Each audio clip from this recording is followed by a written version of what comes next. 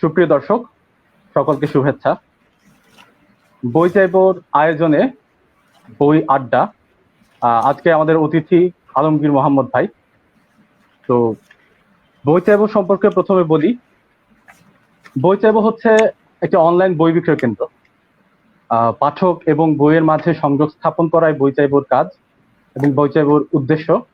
তো এই উদ্দেশ্য নিয়ে বই চাইবো চেষ্টা করছে লেখকদের কথাগুলো আমাদের সাধারণ পাঠকদের মাঝে নিয়ে আসার জন্য। সেই প্রচেষ্টা থেকে আমরা কিছু লেখকদের সাথে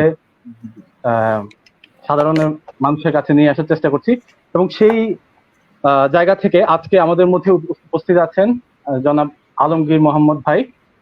তিনি পেশায় শিক্ষক, Bangladesh army international university of science and technology কুমিল্লায় ইংরেজি বিভাগে আছেন।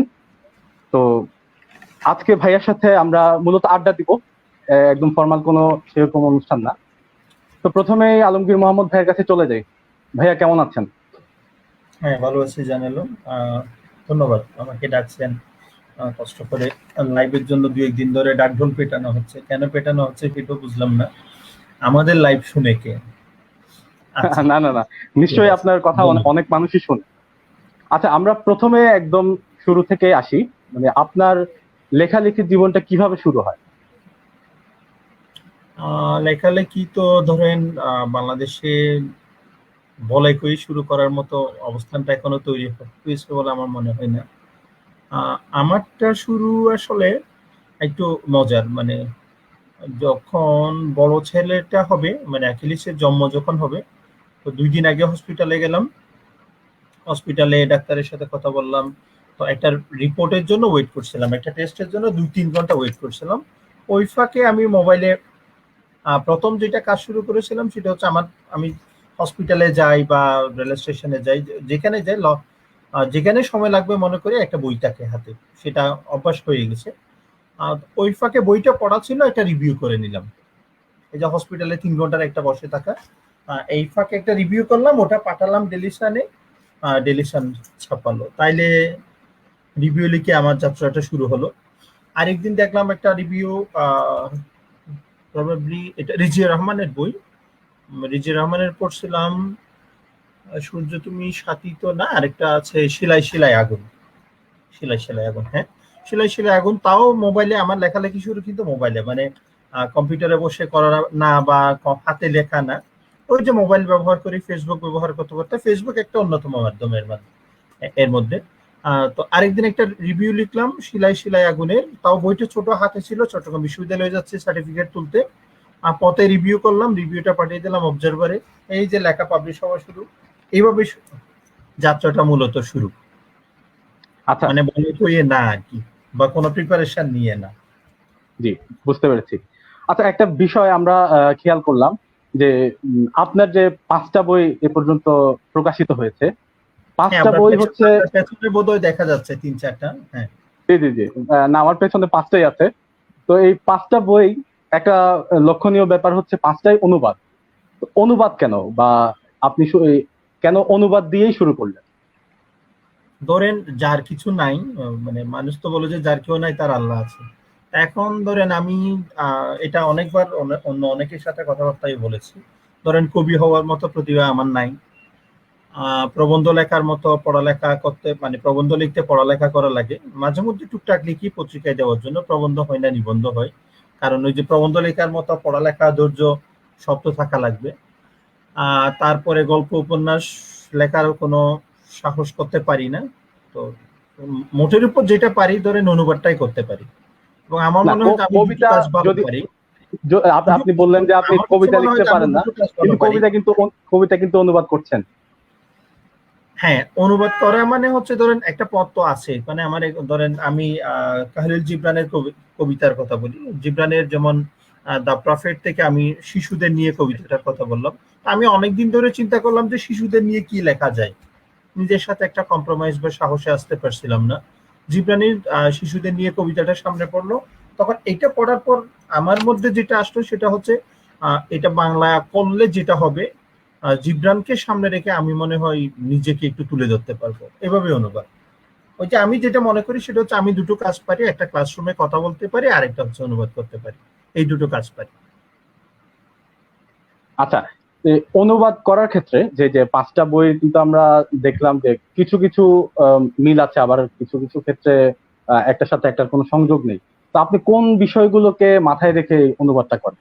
এটা আসলে সুরতান্ত্রিক ব্যাপার, মানে যিনি অনুবাদ করবেন প্রথমে তো তার ভালো লাগতে হবে। যিনি অনুবাদক তিনি প্রথমে পাঠক। তো একটা জিনিস পড়ে আপনার ভালো লাগতে হবে, ভালো লাগাটা কয়দিন টিকে সেটাও দেখতে হবে। ধরেন আমার ডেস্কটপে যদি কখনো সার্চ করা হয় যে আমি কয়টা কাজ শুরু করেছি বা অনুবাদ করার জন্য, দেখবেন আমি কাজ শুরু করেছি 15-20টা, শেষ করতে পেরেছি 4-5টা। মানে যে পড়ার পর ভালো লাগে তো লাগে, এই ভালো লাগাটা যতদিন কন্টিনিউ করা যায় সেই কাজটাই অনুবাদ হিসেবে হয়তো বই হিসেবে বের হয় এরকম। তবে এর মধ্যে পক্ষপাতিত্ব আছে অবশ্যই, মানে আমার সিলেকশনের কিছু ক্রাইটেরিয়া আছে। আপনি যখন বইগুলো নিয়ে ইন্ডিভিজুয়াল আলাপে যাবেন তখন হয়তো আমরা বলতে পারবো যে কোন বইটা কেন বা কোন প্রেক্ষাপটে করা। আচ্ছা, নিশ্চয়ই। আচ্ছা, বাংলাদেশের যে অনুবাদ সাহিত্য, এইটা নিয়ে আপনার অভিমত কি? বাংলাদেশে অনুবাদ সাহিত্য, ধরেন আমাদের সামনে তো আগে যেটা হতো, মানে সোশ্যাল নেটওয়ার্কিং যখন ছিল না বা পত্রপত্রিকার এখন যে প্রসারটা তখন ছিল না, তখন এর অবস্থা আমি তো বলতে পারবো না। তখন ধরেন আমাদের এখনো তো অনেকে বলে কি বলে যে তখন তোমাদের জন্মই হয়নি, মানে কথায় কথায় বলা হয় আর কি, আমাদের সঙ্গে হ্যাঁ। আলাপের সময় বলে যে তখন হয়তো তোমাদের জন্মই হয়নি। তো আমাদের যে সময়টাতে আমরা বেড়ে ওঠা, ধরেন আমার ব্যাপারটা, আমরা চট্টগ্রাম বিশ্ববিদ্যালয়ে যখন পড়ালেখা করছি তখন আমরা জানতে পারলাম, আপনি জানেন যে আপনার নিজের শিক্ষক যখন কোনো একটা কাজ করেন সেটা আপনিও করতে চান, কারণ শিক্ষক তো নিজের কাছে, মানে প্রত্যেকজনের শিক্ষক তার কাছে একটা নায়কের মতো। তো হ্যাঁ। হ্যাঁ। আমাদের যেটা সুবিধা ছিল, চট্টগ্রাম বিশ্ববিদ্যালয়ে পড়ার সময় জানতে পারলাম যে আমাদের এক শিক্ষক, যখনই আমি পড়তাম ধরেন এটা, আমরা যখন চট্টগ্রাম বিশ্ববিদ্যালয়ে ভর্তি হয়েছি এক যুগেরও আগে, এক যুগ আগে প্রায়, আর তখন জানতে পারলাম আমাদের এক শিক্ষক ইতিমধ্যে অনেকগুলো ভালো বইয়ের অনুবাদ করেছেন। তাহলে একটা সাহস, ধরেন আপনার এলাকায় যদি কোনো নায়ক থাকে তাহলে আপনি একটু অভিনয় করার সাহস সাহসটা পেতে পাই, হ্যাঁ, পারেন। হ্যাঁ, একটা অনুপ্রেরণা পাই। অনুপ্রেরণা পায়, সেটাই হয়তো পেয়েছিলাম। যে ধরেন আবার একটা ব্যাপার হচ্ছে, মানুষ বলে যে লেখক কবি সাহিত্যিক এরা আহ, অন্য লেভেলের মানুষ, এদের দেখা পাওয়া ভার বা এদের সাথে কথা বলা। আমার যেটা সৌভাগ্য সেটা হচ্ছে, ধরেন আমি অনুবাদ জগতের কিংবদন্তি যাকে বলে এই এই সময়ে ধরেন অন্তত আমাদের সম্মানিত শিক্ষক জি এস হাবিব স্যারের সাথে হাঁটতাম চলতাম। স্যারও কিছুটা মাঝে মধ্যে অনুবাদ ম্যাগাজিন নিয়ে আসতেন, তর্জমা পত্রিকা দিতেন হাতে। মানে আমি ইন্টেনশনটা বুঝতে পারতাম যে স্যার চাইতেন যে আমরা পড়লে মানে পড়ার পরেই তো আগ্রহটা তৈরি হবে। জাহাঙ্গীরনগর থেকে বের হতো একটা অনুবাদ পত্রিকা, স্যার একটা বের করতেন, এরকম দিতে দিতে আমার যেটা মনে হলো, এক সময় মনে হলো যে নিশ্চয় আমাদেরও কিছু করার দরকার। যে বিশ্ববিদ্যালয় পড়ুয়ারা করে, বিশ্ববিদ্যালয় টিচাররা করে, বা অন্য অনেকে করে, অন্য পেশার অনেক মানুষই করে। তখন ভাবলাম যে বা কাজটা নিজে শুরু করা যায়, এইভাবে আস্তে আস্তে কাজ করা শুরু হয়। আচ্ছা, আচ্ছা, লেখক হওয়ার আগে মানে পাঠক হিসেবে আপনি কাদের সাহিত্য পড়ে আলোড়িত হয়েছিলেন, মনে পড়ে কিনা? লেখক তো হই নাই, হওয়ারও সুযোগ নাই, বা হতে পারবো কিনা সেটাও জানি না। তো আমি তো সবসময় পাঠক হিসেবে নিজেকে তাও নিম্নমানের মনে করি। নিম্নমানের এই কারণে যে ধরেন পাঠক হিসেবে তো একজন মানুষের যাত্রা, যেমন আমাদের ছেলেরা বা আপনারা যেটা শুরু করতে পারছেন, আমাদের ছেলেরা যাদেরকে আমরা পড়াই তাদের একটা সুবিধা হচ্ছে তাদের শিক্ষকরা তাদেরকে প্রচুর বইপত্রের সন্ধান দেন, বা তাদের শিক্ষকরাও লেখক, তাদের শিক্ষকদের হাতে বই থাকে। তো আমার যেটা অসুবিধা পড়ার ক্ষেত্রে, যেটা অসুবিধা মানে আমি যেটা স্টেপ বাই স্টেপ পড়ালেখা সেটা আমার হয়নি। স্টেপ বাই স্টেপ পড়ালেখা, ধরেন শিষ্যতোষ পড়বে, তারপরে একটু বালক হচ্ছে তারা পড়বে, তারপরে হচ্ছে পাঠক হবে, এভাবে পড়বে। আমার পড়াটা সেরকম না, কারণ আমাদের স্কুলের সময়, আমাদের যে স্কুল সময়টা ওটা খুব, আমার কাছে মনে হয় যে ইট ওয়াজ এ ডার্ক ইজ। তখন পড়ালেখা মানে আউটসাইড দ্য সিলেবাস পড়ালেখা হতো না। আমি আজকে সকালে একটা জিনিস মনে করছিলাম যে সকালে কোনো পড়ালেখা করতাম না, ঘুম থেকে উঠে নাস্তা পানিও করতাম না, তো আমরা যেটা করতাম সেটা হচ্ছে হাঁটাহাঁটি করতাম। তো আমি একবার আমি তো মক্তবের খুব ভালো ছাত্র ছিলাম। মানে লাইন আমার এখনো মনে আছে যে আমি লাইন ধরে 200-300 মানুষকে নামাজ পড়া শেখাতাম। তখন আমি ছোট, লুঙ্গিটা ভালো মতো পড়তে পারতাম হয়তো এরকম। তো আমি প্রায় সময় মক্তবের দিকে গিয়ে একটু উকি দিতাম, যে আমার একটা নস্টালজিয়া কাজ করতো, সকালের সময়টা কাটে না, আহ তেমন বইপত্র হাতে না, আমি মক্তবের দিকে বারবার তাকাতাম। তো আমাদের এক হুজুর ছিলেন, উনি আমাকে চিনতেন না হয়তো, উনি আমাকে যেটা বলেছেন, বলে যে এই ছেলে তুমি কি আইসক্রিম বিক্রি করো? আমি বললাম যে কেন, বলে যে না তুমি প্রত্যেকদিন সকালে বেকার ঘোরাঘুরি করে, এই জন্য জিজ্ঞেস করলাম। যে আমার একটা নস্টালজিয়া কাজ করতো যে আমার পুরাতন বিদ্যাপীঠ বা পাঠশালা নিয়ে ওই জায়গায় আমি বারবার যেতাম, কেমন। তো তখন মনে করো উনি উনি একটা পাল্টা প্রশ্ন করলেন, তো আমার এখন যেটা মনে হয় ওই সময়টাতে যদি পড়ালেখা শুরু হতো তাহলে আরো বেশি পড়ার সুযোগ হতো। এখন যাদের পড়ে মানে হচ্ছে ধরেন আমার তো আমাদের সাহিত্য পড়া হয় আসলে, আমাদের মানে হচ্ছে আমি আমাকে আমাকে দিয়ে বলতে পারি যে সাহিত্য পড়াটা শুরু হচ্ছে যখন ইন্টারমিডিয়েটে মহসিন কলেজে ভর্তি হলাম, তখন দেখলাম যে ছেলেপেলেরা প্রচুর পড়ে, ওরা আলাপ করে, তো সেই তুলনায় আমাদের পড়ালেখা কম, সিলেবাসের বাইরে হয়তো টুকটাক বলতে পারি বা বলতে পারি না। আগে তো দান নিয়ে পড়তে হতো, মানে দান নিতে গেলে তো যেটা হয়, টাকা দান নিতে গেলে যেমন মুখ গোমরা করতে হয়, আগে বই নিতে গেলে ওটা করতে হতো। আপনাদের সময় করতে হয় না ভাই, বইটা দেন বলে স্মার্টলি টেনে নেওয়া যায়, মানে এই দিক দিয়ে আপনারা লাকি না। নিশ্চয়ই। তো আমার যেটা ভালো মানে আমার যে পড়ে লাভ হয়েছে সেটা হচ্ছে বাংলা সাহিত্যে আহ, যারা আছে, যেমন বাংলা সাহিত্যের আমার সবচেয়ে বেশি ভালো লেগেছে প্রথমে আহমদ ছফা, তারপরে হুমায়ুন আজাদ। হুমায়ুন আজাদের মোহ কেটে গেছে অনেক আগে। ছফাকো পড়েছি বিশ্ববিদ্যালয় শুরুতে, তারপরে আস্তে আস্তে শওকত ওসমান, শওকত আলী, এইভাবে আস্তে আস্তে আখতারুজ্জামান ইলিয়াস, পরে এসে এখনো পর্যন্ত প্রেম টিকে আছে মাহমুদুল হকের সাথে। মাহমুদুল হক আমার সবসময় প্রিয়। আর ইংরেজি সাহিত্যে ধরেন সিলেবাসে ছিল, সিলেবাসে নাই, ইংরেজি সাহিত্যের ব্যাপারটা আলাদা। ইংরেজি সাহিত্যের ব্যাপারটা পুরোটাই বিশ্ববিদ্যালয়ে ভর্তি হওয়ার পর ওই জগতের সাথে পরিচয়। তারপরে একে একে ধরেন একাডেমিক কারণে পড়তে হয়েছে, নন একাডেমিক কারণে পড়তে হয়েছে। তবে আমার বেশিরভাগ পড়ালেখা কিন্তু অনুবাদ। মানে অনুবাদের একটা সুবিধা হচ্ছে ধরেন আমি ইংরেজিটা পড়তে পারি বা ইংরেজিটা পারি না, মানে বুঝি পারি লিখতে সেটা বলবো না, যেটা হচ্ছে ইংরেজিটা পড়তে পারি দ্রুত, কিন্তু আমি ইংরেজি পড়ি না। ইংরেজি একটা বই পড়তে ধরেন আমার লাগবে 2 দিন, সেই জায়গায় বাংলা বইটা আমি এই একদিনে শেষ বাংলা করতে করলে একদিনে শেষ করা যায়, একদিনে শেষ এক্স্যাক্টলি। করতে পারবো। এর জন্য আমি অনুবাদের পক্ষে ছিলাম এক সময়, মানে যখন অনুবাদক বা আমি অনুবাদ শুরু করতাম না। এখনো আমার একই জিনিস, সেটা হচ্ছে মোটামুটি বাংলাটা যদি চলনসই হয়, পাঠোদ্ধার করা যায়, তাহলে আমার কাছে অনুবাদই মানে পড়ার জন্য খুব সহজ মনে হয় আর কি। পাঠক হিসেবে তো দুর্বল নিজেকে বলা যায়। আচ্ছা, এই যে আপনি তো অনুবাদ নিয়ে কাজ করছেন, তাহলে এই বাংলাদেশের অনুবাদ সাহিত্যে কাদেরকে পথিকৃৎ মনে করেন? বাংলাদেশে ওই যে একটু আগে বললাম যাকে দেখে অনুবাদ শুরু, আমাদের হাবিব স্যারকে আমরা আমাদের অনুবাদের আদর্শ মনে করি। তারপরে আমার অনুবাদ ধরেন কবির চৌধুরী স্যারকে খুব একটা মানে হচ্ছে প্রমোট করার মতো না হলে, কবি চৌধুরী স্যারের কাছে এক জায়গায় বাংলাদেশের অনুবাদ সাহিত্য কৃতজ্ঞ, কারণ স্যারই তো অনুবাদটা শুরু করেছিলেন, মানে স্যারের হাতে অনুবাদের যাত্রা শুরু। পরে অন্যরা ভালো করছেন, অনুবাদ অন্য অনেকেই করছেন। তো এখনো পর্যন্ত আমি হাবিব স্যারের পরে অন্যদেরকে রাখবো, মানে জিএস হাবিব হচ্ছে আমার কাছে নাম্বার 1 অনুবাদক। আচ্ছা আচ্ছা। আচ্ছা, এই যে আপনার যে প্রথম বই প্রকাশিত হলো, পরদেশী 100 কবিতা, তো এই বইটাতে আপনি অনেক কবির কবিতা রেখেছেন। তো এই কবিতাগুলো কি হিসেবে আপনি রাখলেন, বা কোন বিষয়টাকে কেন্দ্র করে চিন্তা করে? পরদেশী 100 কবিতার কাজ তো করেছে আসলে, মানে বাংলাটা আমি করেছি, সংগ্রহ করেছে সাইদুল, যে আপনাদেরই বন্ধু, চট্টগ্রাম বিশ্ববিদ্যালয়ে বাংলা বিভাগে পড়ে। তো সাইদুলের একটা সুবিধা হচ্ছে সাইদুল উস্কানি দিতে জানে। তো পরদেশী 100 কবিতা বইটা আসলে উৎসর্গ করা দরকার ছিল সাইদুলকে, তখন এটার একটা প্রপার ব্যাখ্যা দেওয়া যেত। আমি তখন আমি প্রিমিয়ার বিশ্ববিদ্যালয়ে চাকরি করি, একটা একটা অনুবাদ করা শুরু করেছে। সাইদুল বলে যে ভাই এটা মানে এটা আমি এক সময় সাইদুলকে বললাম যে সাইদুল এগুলো কি তুমি জমা রাখতে পারবে নাকি ফেসবুক থেকে নিয়ে। তো বই করার কোনো প্ল্যান নাই, একটা করি দুটো করি এরকম করতে করতে সাইদুল একদিন হিসাব দিল যে 20টা হলো, আরেকদিন বললো যে এতটা হলো।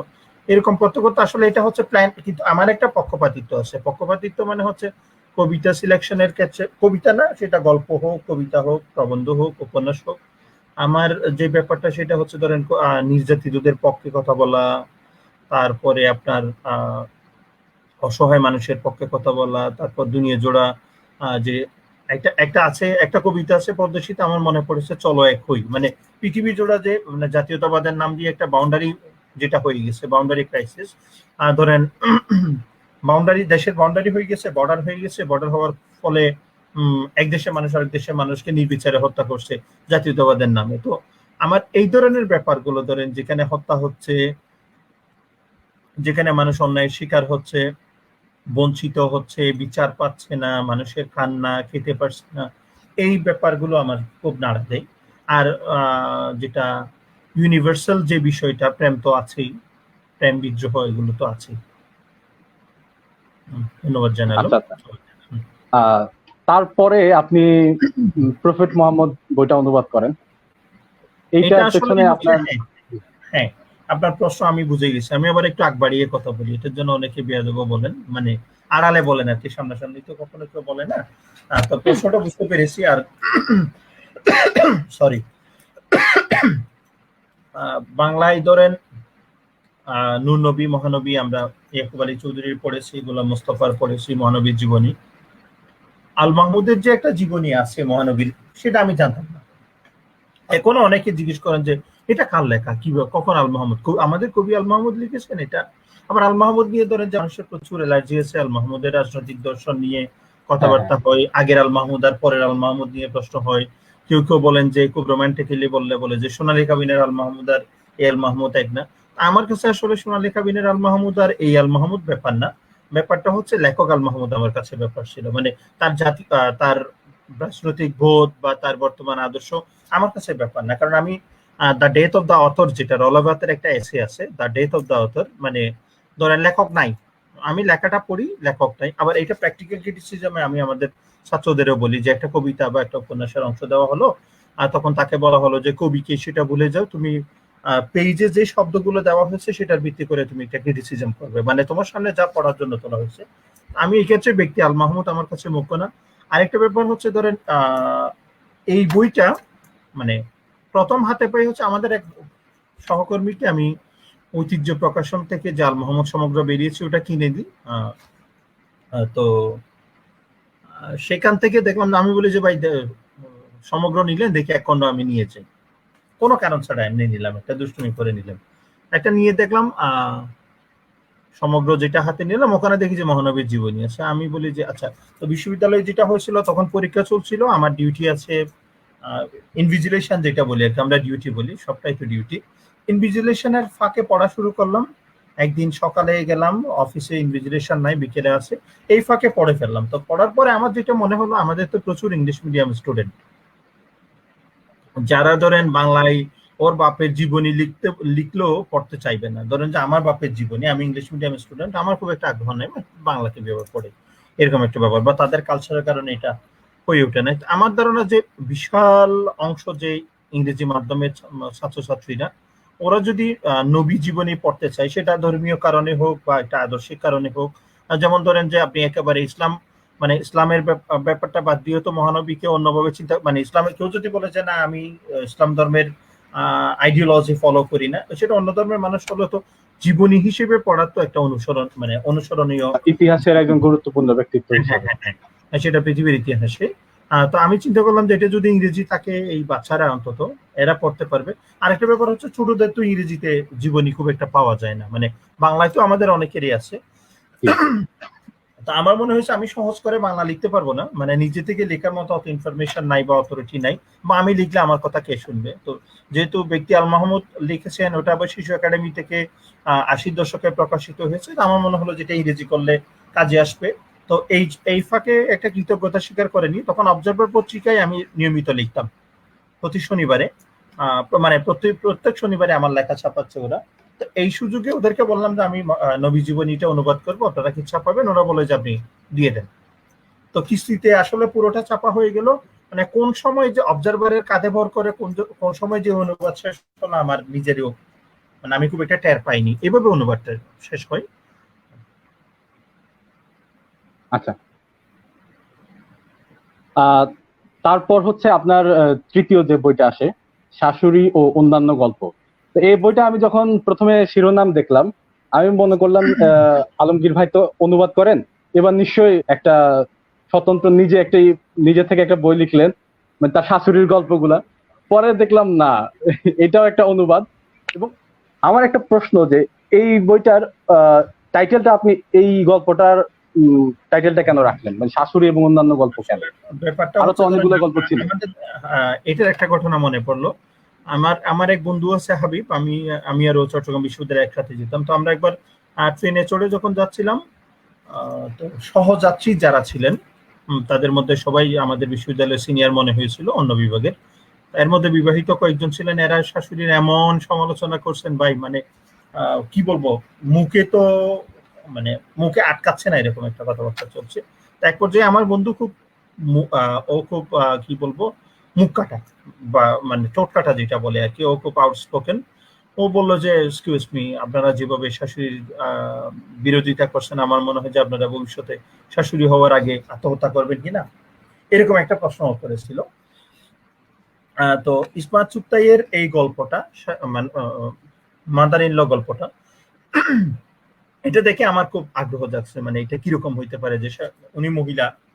তো মহিলাদের আমি যেটা আবার উপন্যাস পড়ানোর ক্ষেত্রে যেটা বলি, সরি ক্লাসে বলি, যেটা মানে ফেমিনিজম পড়ানো, বা আমি সানসেট লাভার্স পড়াতাম এক সময় প্রিমিয়ারে, তখন জিজ্ঞেস করতাম যে আসলে তোমরা মেয়েরা বলো, যে বেশিরভাগ তো মেয়ে স্টুডেন্ট ছিল ওখানে, মেয়েরা বলো যে মানে তুমি যে বৈষম্যের শিকার হও সেটা প্রথমে কার মাধ্যমে, মানে দুটো মানুষকে বাদ দিলে সংসারে মেয়েদের বৈষম্যের গল্প খুব একটা আসে না। সেটা হচ্ছে মাদার ইন ল, আর একটা হচ্ছে সিস্টার ইন ল, মানে ওই যে ননদ বলে আর কি তাকে। হ্যাঁ হ্যাঁ। তো এইভাবে শাশুড়ি, তো এখানে যে শাশুড়িটা, এই শাশুড়িটা আবার ছেলের বউয়ের শাশুড়ি। তার ছেলে, তো প্রথমে উনি বউকে খুব বউয়ের চরম বিরোধিতা করে, ছেলে যখন আবার বউকে মারে তখন উনি বউয়ের পক্ষে কথা বলে। মানে এই মহিলা আসলে শাশুড়ি হিসেবে এক ক্যারেক্টারের না, মানে ওনার চরিত্রটা বদলায়। যখন বউ ছেলের হাতে অত্যাচারিত হচ্ছে, মার খাচ্ছে, তখন ছেলেকে দুনিয়ার লানত, যেটা বলে আমাদের বাসায় লানত বা গজব দেওয়া আর কি, গ্রামে তো এই গজব দেওয়ার জন্য তো বিখ্যাত হচ্ছে আমার নানি ছিল, অভিশাপ দেওয়া। হ্যাঁ, আমরা যখন ক্রিকেট খেলতাম তখন ওদিকে একটা আমাদের নানি ছিল, নানির নাম হচ্ছে আঞ্জুনির মা বলতাম আর কি আমরা। তো ওনাকে নানিকে বলা হতো না, আঞ্জুনির মাই বলতাম, খুব সিনিয়র তো। তো ওই যে উত্তম নিশ্চিন্তে চলো অদমের সাথে, তো বয়সের দিক দিয়ে তো আমরা অদম, উনি উত্তম, ওনাকে আঞ্জনির মাই ডাকতাম। তো আঞ্জনির মা আমাদেরকে ধরেন, আমরা যখন ক্রিকেট খেলতাম কথায় কথায় ওনার পাশ দিয়ে বল গেল, উনি বলে যে তোদের উপর খোদার গজব পড়ুক, লানত পড়ুক, তোরা জলে যা, পুড়ে যা, ছারকার হইতো, কত কথা বলতো। পরে যখন অবশ্য এইটা অপ্রাসঙ্গিক গল্প, পরে যখন শহরে চলে আসি তখন উনি খুব কান্না করছিলেন, এবং প্রথমবার যখন শহর থেকে গেলাম, ডিল মারা লাগে না, গাছ থেকে আম পেড়ে নিজে নিয়ে আসছেন, যে বলে যে থাকলে তোরা ডিল মেরে আম খাইতি, এখন নাই ধর আম খাই, এরকম। তো আঞ্জনি মার চরিত্র আর শাশুড়ির চরিত্রের মধ্যে মিল পায়, উনিও একজন শাশুড়ি ছিলেন এবং ছেলের বউদের নিয়ে নিয়মিত খটমট লেগে থাকতেন। আবার আঞ্জনি মার নাতিরা যদি ফেসবুকে কেউ লাইভ দেখে আমাদেরকে গালিগালাজ করবে, ও যে আমার মরহুম দাদির নামে কথাবার্তা, আমারও তো নানি, ওনার সেই সুবাদে বলার অধিকার আছে। তো এই শাশুড়ির চরিত্রটা হচ্ছে, ওখানে বলা হয় যে শাশুড়িরা আসলে গিরগিটির মতো, মানে এদের চরিত্র এক না, বদলায়। তো শাশুড়ি গল্পটা আমার সবচেয়ে বেশি ভালো লাগে। ওখানে আরো গল্প আছে, মানুষ এটা আপনি যেটা বললেন, মানে শাশুড়ি অন্যান্য গল্প, এটা মানুষ মনে করে যে আমি লিখেছি, তো আমি কিসের গল্প লেখক। নিচে যে ছোট করে একটা কথা আছে, একটি অনুবাদ সংকলন, গল্প সংকলন লেখা আছে, সেটা অনেকে খেয়াল করেন না। এখানে কিন্তু যে কয়টা গল্প আছে, 12 থেকে 14টা মতো গল্প আছে মনে হয়, এক্স্যাক্টলি আমার নাম্বারটা, সংখ্যাটা মনে নেই। তো সবগুলো গল্পের এক একটা না এক একটা পটভূমি আছে। যেমন তলস্তয়ের একটা গল্প আছে যেখানে ক্ষুধা, রুগ্নতা, মৃত্যু নিয়ে কথাবার্তা আছে, মানুষের মধ্যে যখন ক্ষুধার প্রভাব থাকে, তারপর মৃত্যু নাই, যখন যখন মানুষকে অসুস্থতা দেয় নাই, মানুষের জীবনযাপন একরকম, প্রথমে ক্ষুধা দিল, তারপরে অসুস্থতা, ক্ষুধা দিয়ে কাজ হচ্ছে না, অসুস্থতা দিয়ে তাদেরকে যাচাই করার চেষ্টা করা হলো, তা ওরা অসুস্থরা করে কি, অসুস্থদেরকে অন্যরা খুব প্রেশার ক্রিয়েট করে চলে, মানে যেটা হয় আর কি, ওই যে সবল দুর্বলের অত্যাচারের মতো। পরে যখন মৃত্যুটা আসলো তখন একটা ব্যালেন্স হলো, ওরা বুঝতে পারলো যে আসলে এটা তো আবার কাউকে ছাড় দিচ্ছে না, এখানে ধনী গরিব সবাই এক। এই গল্পটা এরকম। আফগানিস্তানের দুটো গল্প আছে, ছোট ছোট গল্প, আমি ফেসবুকে পোস্ট করছিলাম। এই গল্পগুলো আবার আরেকটা ব্যাপার হচ্ছে, আমার ধারণা যে পাঠকের অনেকেরই পড়া, কারণ প্যান্ডামিকের সময় তো বাসায় বসেছিলাম আমরা, অনলাইন ক্লাসের ফাঁকে বাসায় যে সময়টা ছিল, ওই সময় লিখে পত্রিকায় পাঠিয়েছি বা ফেসবুকে পাঠিয়েছি, এগুলো প্রকাশিত হয়েছে নানা মাধ্যমে। এক একটা গল্প ধরেন যে, একটা গল্প আছে দিল্লির সুরমাওয়ালা, অন্যান্য গল্প, দিল্লির সুরমাওয়ালা একটা গল্প আছে। দুই ভাই ঘর থেকে পালিয়ে, পড়াশোনা পারে না, ওরা পড়াশোনা পারে না, মানে ওরা জানে যে আবার ফেল করবে, তো ফেল করার আগে ওরা বাড়ি থেকে পালিয়ে চলে যায় বাবার যা আছে সবকিছু নিয়ে। ওরা কিভাবে সুরমাওয়ালার কাছে নিজেদের সর্বস্ব হারায়, আমাদের যেমন গাড়িওয়ালায় মানে গাড়িতে চললে যেটা হয় আর কি, ওই যে নানা রকম আচার পাচার, অনেক খাবার দাবার নিয়ে আসে মানুষ, তারপরে এক পর্যায়ে অনেক সময় অজ্ঞান পার্টি, মলম পার্টি যেগুলো বলে আর কি, এরকম একটা গল্প যে ঘর থেকে পালিয়ে, আমি তো কখনো ঘর থেকে পালিয়ে যেতে পারি নাই, বা আমার ছোট ভাইকে নিয়েও পালিয়ে যেতে পারি নাই, কিন্তু এই ভাই যে পালিয়ে, এই দুই ভাই যে পালিয়ে গেছে, এই গল্পটা তো দারুণ। এটা পড়ার পর একটা অ্যাডভেঞ্চার থাকবে। তো যারা নিজেদেরকে খুব অ্যাডভেঞ্চারাস মনে করে, একটা নিজের মধ্যে হিরোইক ভাব আসবে, পরে দেখবে তো আসলে সব চালাকির মাইরাস। একদম বাঘের চালাক উপরও ভাই, টাক আছে। হ্যাঁ চালাক ভাইটা ওখানে মার খায়। তলস্তয়ের গল্পের কথা গেল, ইসমাত চুগতাইয়ের গল্পটা গেল, তারপর আফগানিস্তানের দুটো গল্প আছে ছোট ছোট, খুব মিনিং ক্যারি করে। তো এখানে যে 10-12টা গল্প আছে, এগুলো আসলে পড়ে দেখলে বোঝা যাবে। আবার বইটার একটা তখন তো করোনার মধ্যে করা, প্রকাশক অনুবাদকের মধ্যে হয়তো খুব একটা যোগাযোগ হয়নি তখন, তো এই কারণে আবার সূচিটাও রাখা হয়নি। অনেকে এই বইটা ওভারল্যাপ করতে পারে, কিন্তু আমার যেটা মনে হয় যে সবগুলো কাজের মধ্যে মিনিংফুল কাজ হচ্ছে এই না, গল্পের বইটা। প্রত্যেকটা ওখানে গল্পই অনেকগুলো খুব সুন্দর গল্প আছে, এবং অনেক শিক্ষণীয় হ্যাঁ, প্রত্যেকটা গল্প। আর ঘন্টা দেড়েকের মধ্যে সবগুলো আপনি শেষ করতে পারবেন। হ্যাঁ, বেশিক্ষণ লাগেনি পড়তে বইটা। আমার নিজের আচ্ছা, পাঠক হিসেবে ধৈর্য কম, তো এই জন্য আমি মনে করি যে আমার পাঠক ওইরকম হবে। ইনশাল্লাহ আমরা আশা করব যে আলমগীর ভাইয়ের আরো বড় বড় আকারের বই আমরা আস্তে আস্তে দেখবো। মানে বড় আকারের কাজ কিন্তু আমি করব না, কারণ আমি নিজে বড় আকারের, মানে বেশি বড় আকারের কাজে আমার অত ধৈর্য থাকে না। কিন্তু পাঠকদের এই আগ্রহ কিন্তু আছে, একটা আশা আছে লেখকের প্রতি। হ্যাঁ, আশা তো থাকবে স্বাভাবিক, আশা না থাকলে তো আর কাজ হবে না। কেউ যদি না বলে, কেউ যদি নাই বলে যে ভাই আমি আপনার লেখা পড়ি বা আপনার লেখা ভালো লাগে, তাহলে তো আর হবেই না। কারণ এই জিনিসটা অন্যদের ভালো লাগার জন্য বা অন্যদের উপকার হওয়ার জন্য। নিশ্চয়ই। আচ্ছা, তারপরে আমরা আসি আপনার যে এরপরে যে বইটা বের হলো, selected letters of Kazi Nazrul Islam. এই বইটা কোন প্রেক্ষাপটে লেখা, বা এটা আপনি কেন মনে হলো এটা অনুবাদ নজরুলের করতে? চিঠিগুলো তো ধরেন, নজরুলের 3টা উপন্যাসের কথা আমরা খুব একটা মানুষজন এখন বলে, আমি এখন ফেসবুকে অনেককে বলতে দেখি যে নজরুলের তো এমনিতে মানুষ নজরুল সঙ্গীত বা নজরুল কবি, নজরুলের কবিতা, ওই যে বিদ্রোহী কবিতা বললে বলে যে সবাই নজরুলের কবিতা, বিদ্রোহী কবিতার কথা বলছেন বা মানুষের কথা বলছেন বা সাম্যের কবিতা বলছেন, এরকম। তো আমার কাছে যেটা, আমি তো আবার একটু ধরেন কেতাবি ঢঙ্গে কথাবার্তা বলি না, কেতাবি ঢঙ্গে পড়ালেখা করি না। তো উপন্যাস 3টা পড়ার পরে, ওই যে পত্র উপন্যাস যেটা আছে বাদনহারা পড়ার পরে মনে হলো যে নজরুল মনে হয় পত্র লিখলে আরো ভালো লিখতো। এই সুযোগে বাংলা একাডেমি বইমেলায় গিয়েছিলাম 2015 সালে। আমাদের এক বন্ধু, বড় ভাই মকসুদ চৌধুরী স্পন্সর। আমি বলি যে আমার টাকা নাই, যাওয়ার টাকাও আগে দিয়ে দিতে হবে পকেটে, তারপরে বই কেনার টাকাও দিয়ে দিতে হবে। তো উনি একটা ভালো অ্যামাউন্ট দিয়ে দিয়েছিলেন, যে পথের খরচ তো পথের খরচ হবে, তারপরে হচ্ছে বই কেনার টাকাটা ওনার থেকে নিয়ে নিয়েছিলাম। তখন বাংলা একাডেমি গিয়ে নজরুল ইনস্টিটিউটের বইগুলো পেলাম, নজরুল পত্রা বলি একটা বই পেলাম নজরুল ইনস্টিটিউট থেকে করা। তো ওটা শুরুর দিকে পড়ে সবগুলো পত্র পড়ি নাই, পরে রেখে দিয়েছি। তারপরে খবর নেওয়া শুরু করলাম যে মানে বাংলাদেশে নজরুলের ইংরেজি কেমন হয়েছে। তো বাংলাদেশে নজরুলের অনুবাদ করা কিন্তু খুব একটা কঠিন কাজ, কারণ হচ্ছে সেটা কিছুদিন আগে আহমদ রফিক নামে এক ভদ্রলোকের স্মরণীয় বরণীয় আপন বৈশিষ্ট্য একটা বই পড়তে গিয়ে দেখলাম যে নজরুল অনুবাদ করতে গিয়ে এক লোক, ওনার নাম মনে পড়ছে না ঠিক, যে বাংলা একাডেমিতে বইটা জমা দিয়েছিলেন আর পাণ্ডুলিপিটাও পান নাই। মানে বাংলা একাডেমিতে যে অনুবাদের জন্য জমা দিয়েছিলেন, অনুবাদ তো প্রকাশিত হয় না, পাণ্ডুলিপি ফেরত দেওয়া হয় না। তো পরে নজরুলের চিঠিগুলো পড়ার পর আমার যেটা মনে হলো, একটা দুটো অনুবাদ করি, তাও আবার অবজারভার হচ্ছে এখানে মূল নিয়ামক। তো একটা দুটো অনুবাদ করে অবজারভারে পাঠালাম, ওরা বলে যে আপনি কি সিরিয়াসলি সবগুলো করবেন?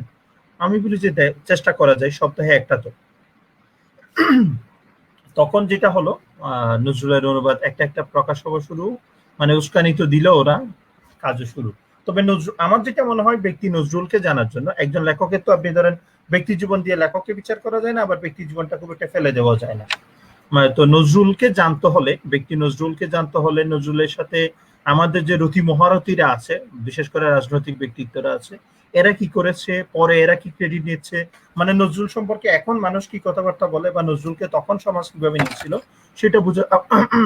আর দারিদ্র নিয়ে নজরুলের কবিতা আছে, দারিদ্র তুমি মনে করেছো মহান, এই কথাটা বলে আমরা মহান হয়ে যাই, নিজেদেরকে মহান বানানোর চেষ্টা করি। আসলে দারিদ্র যে তাকে কি পরিমাণ কষ্ট দিয়েছে, বাংলাদেশে তখন সেই লেভেলের অভাব ছিল না, মানে একজন নজরুলকে পালার মতো সেই অভাবটা বাংলাদেশের জমিদার শ্রেণী বা শাসক শ্রেণীর কোনো কালে ছিল না।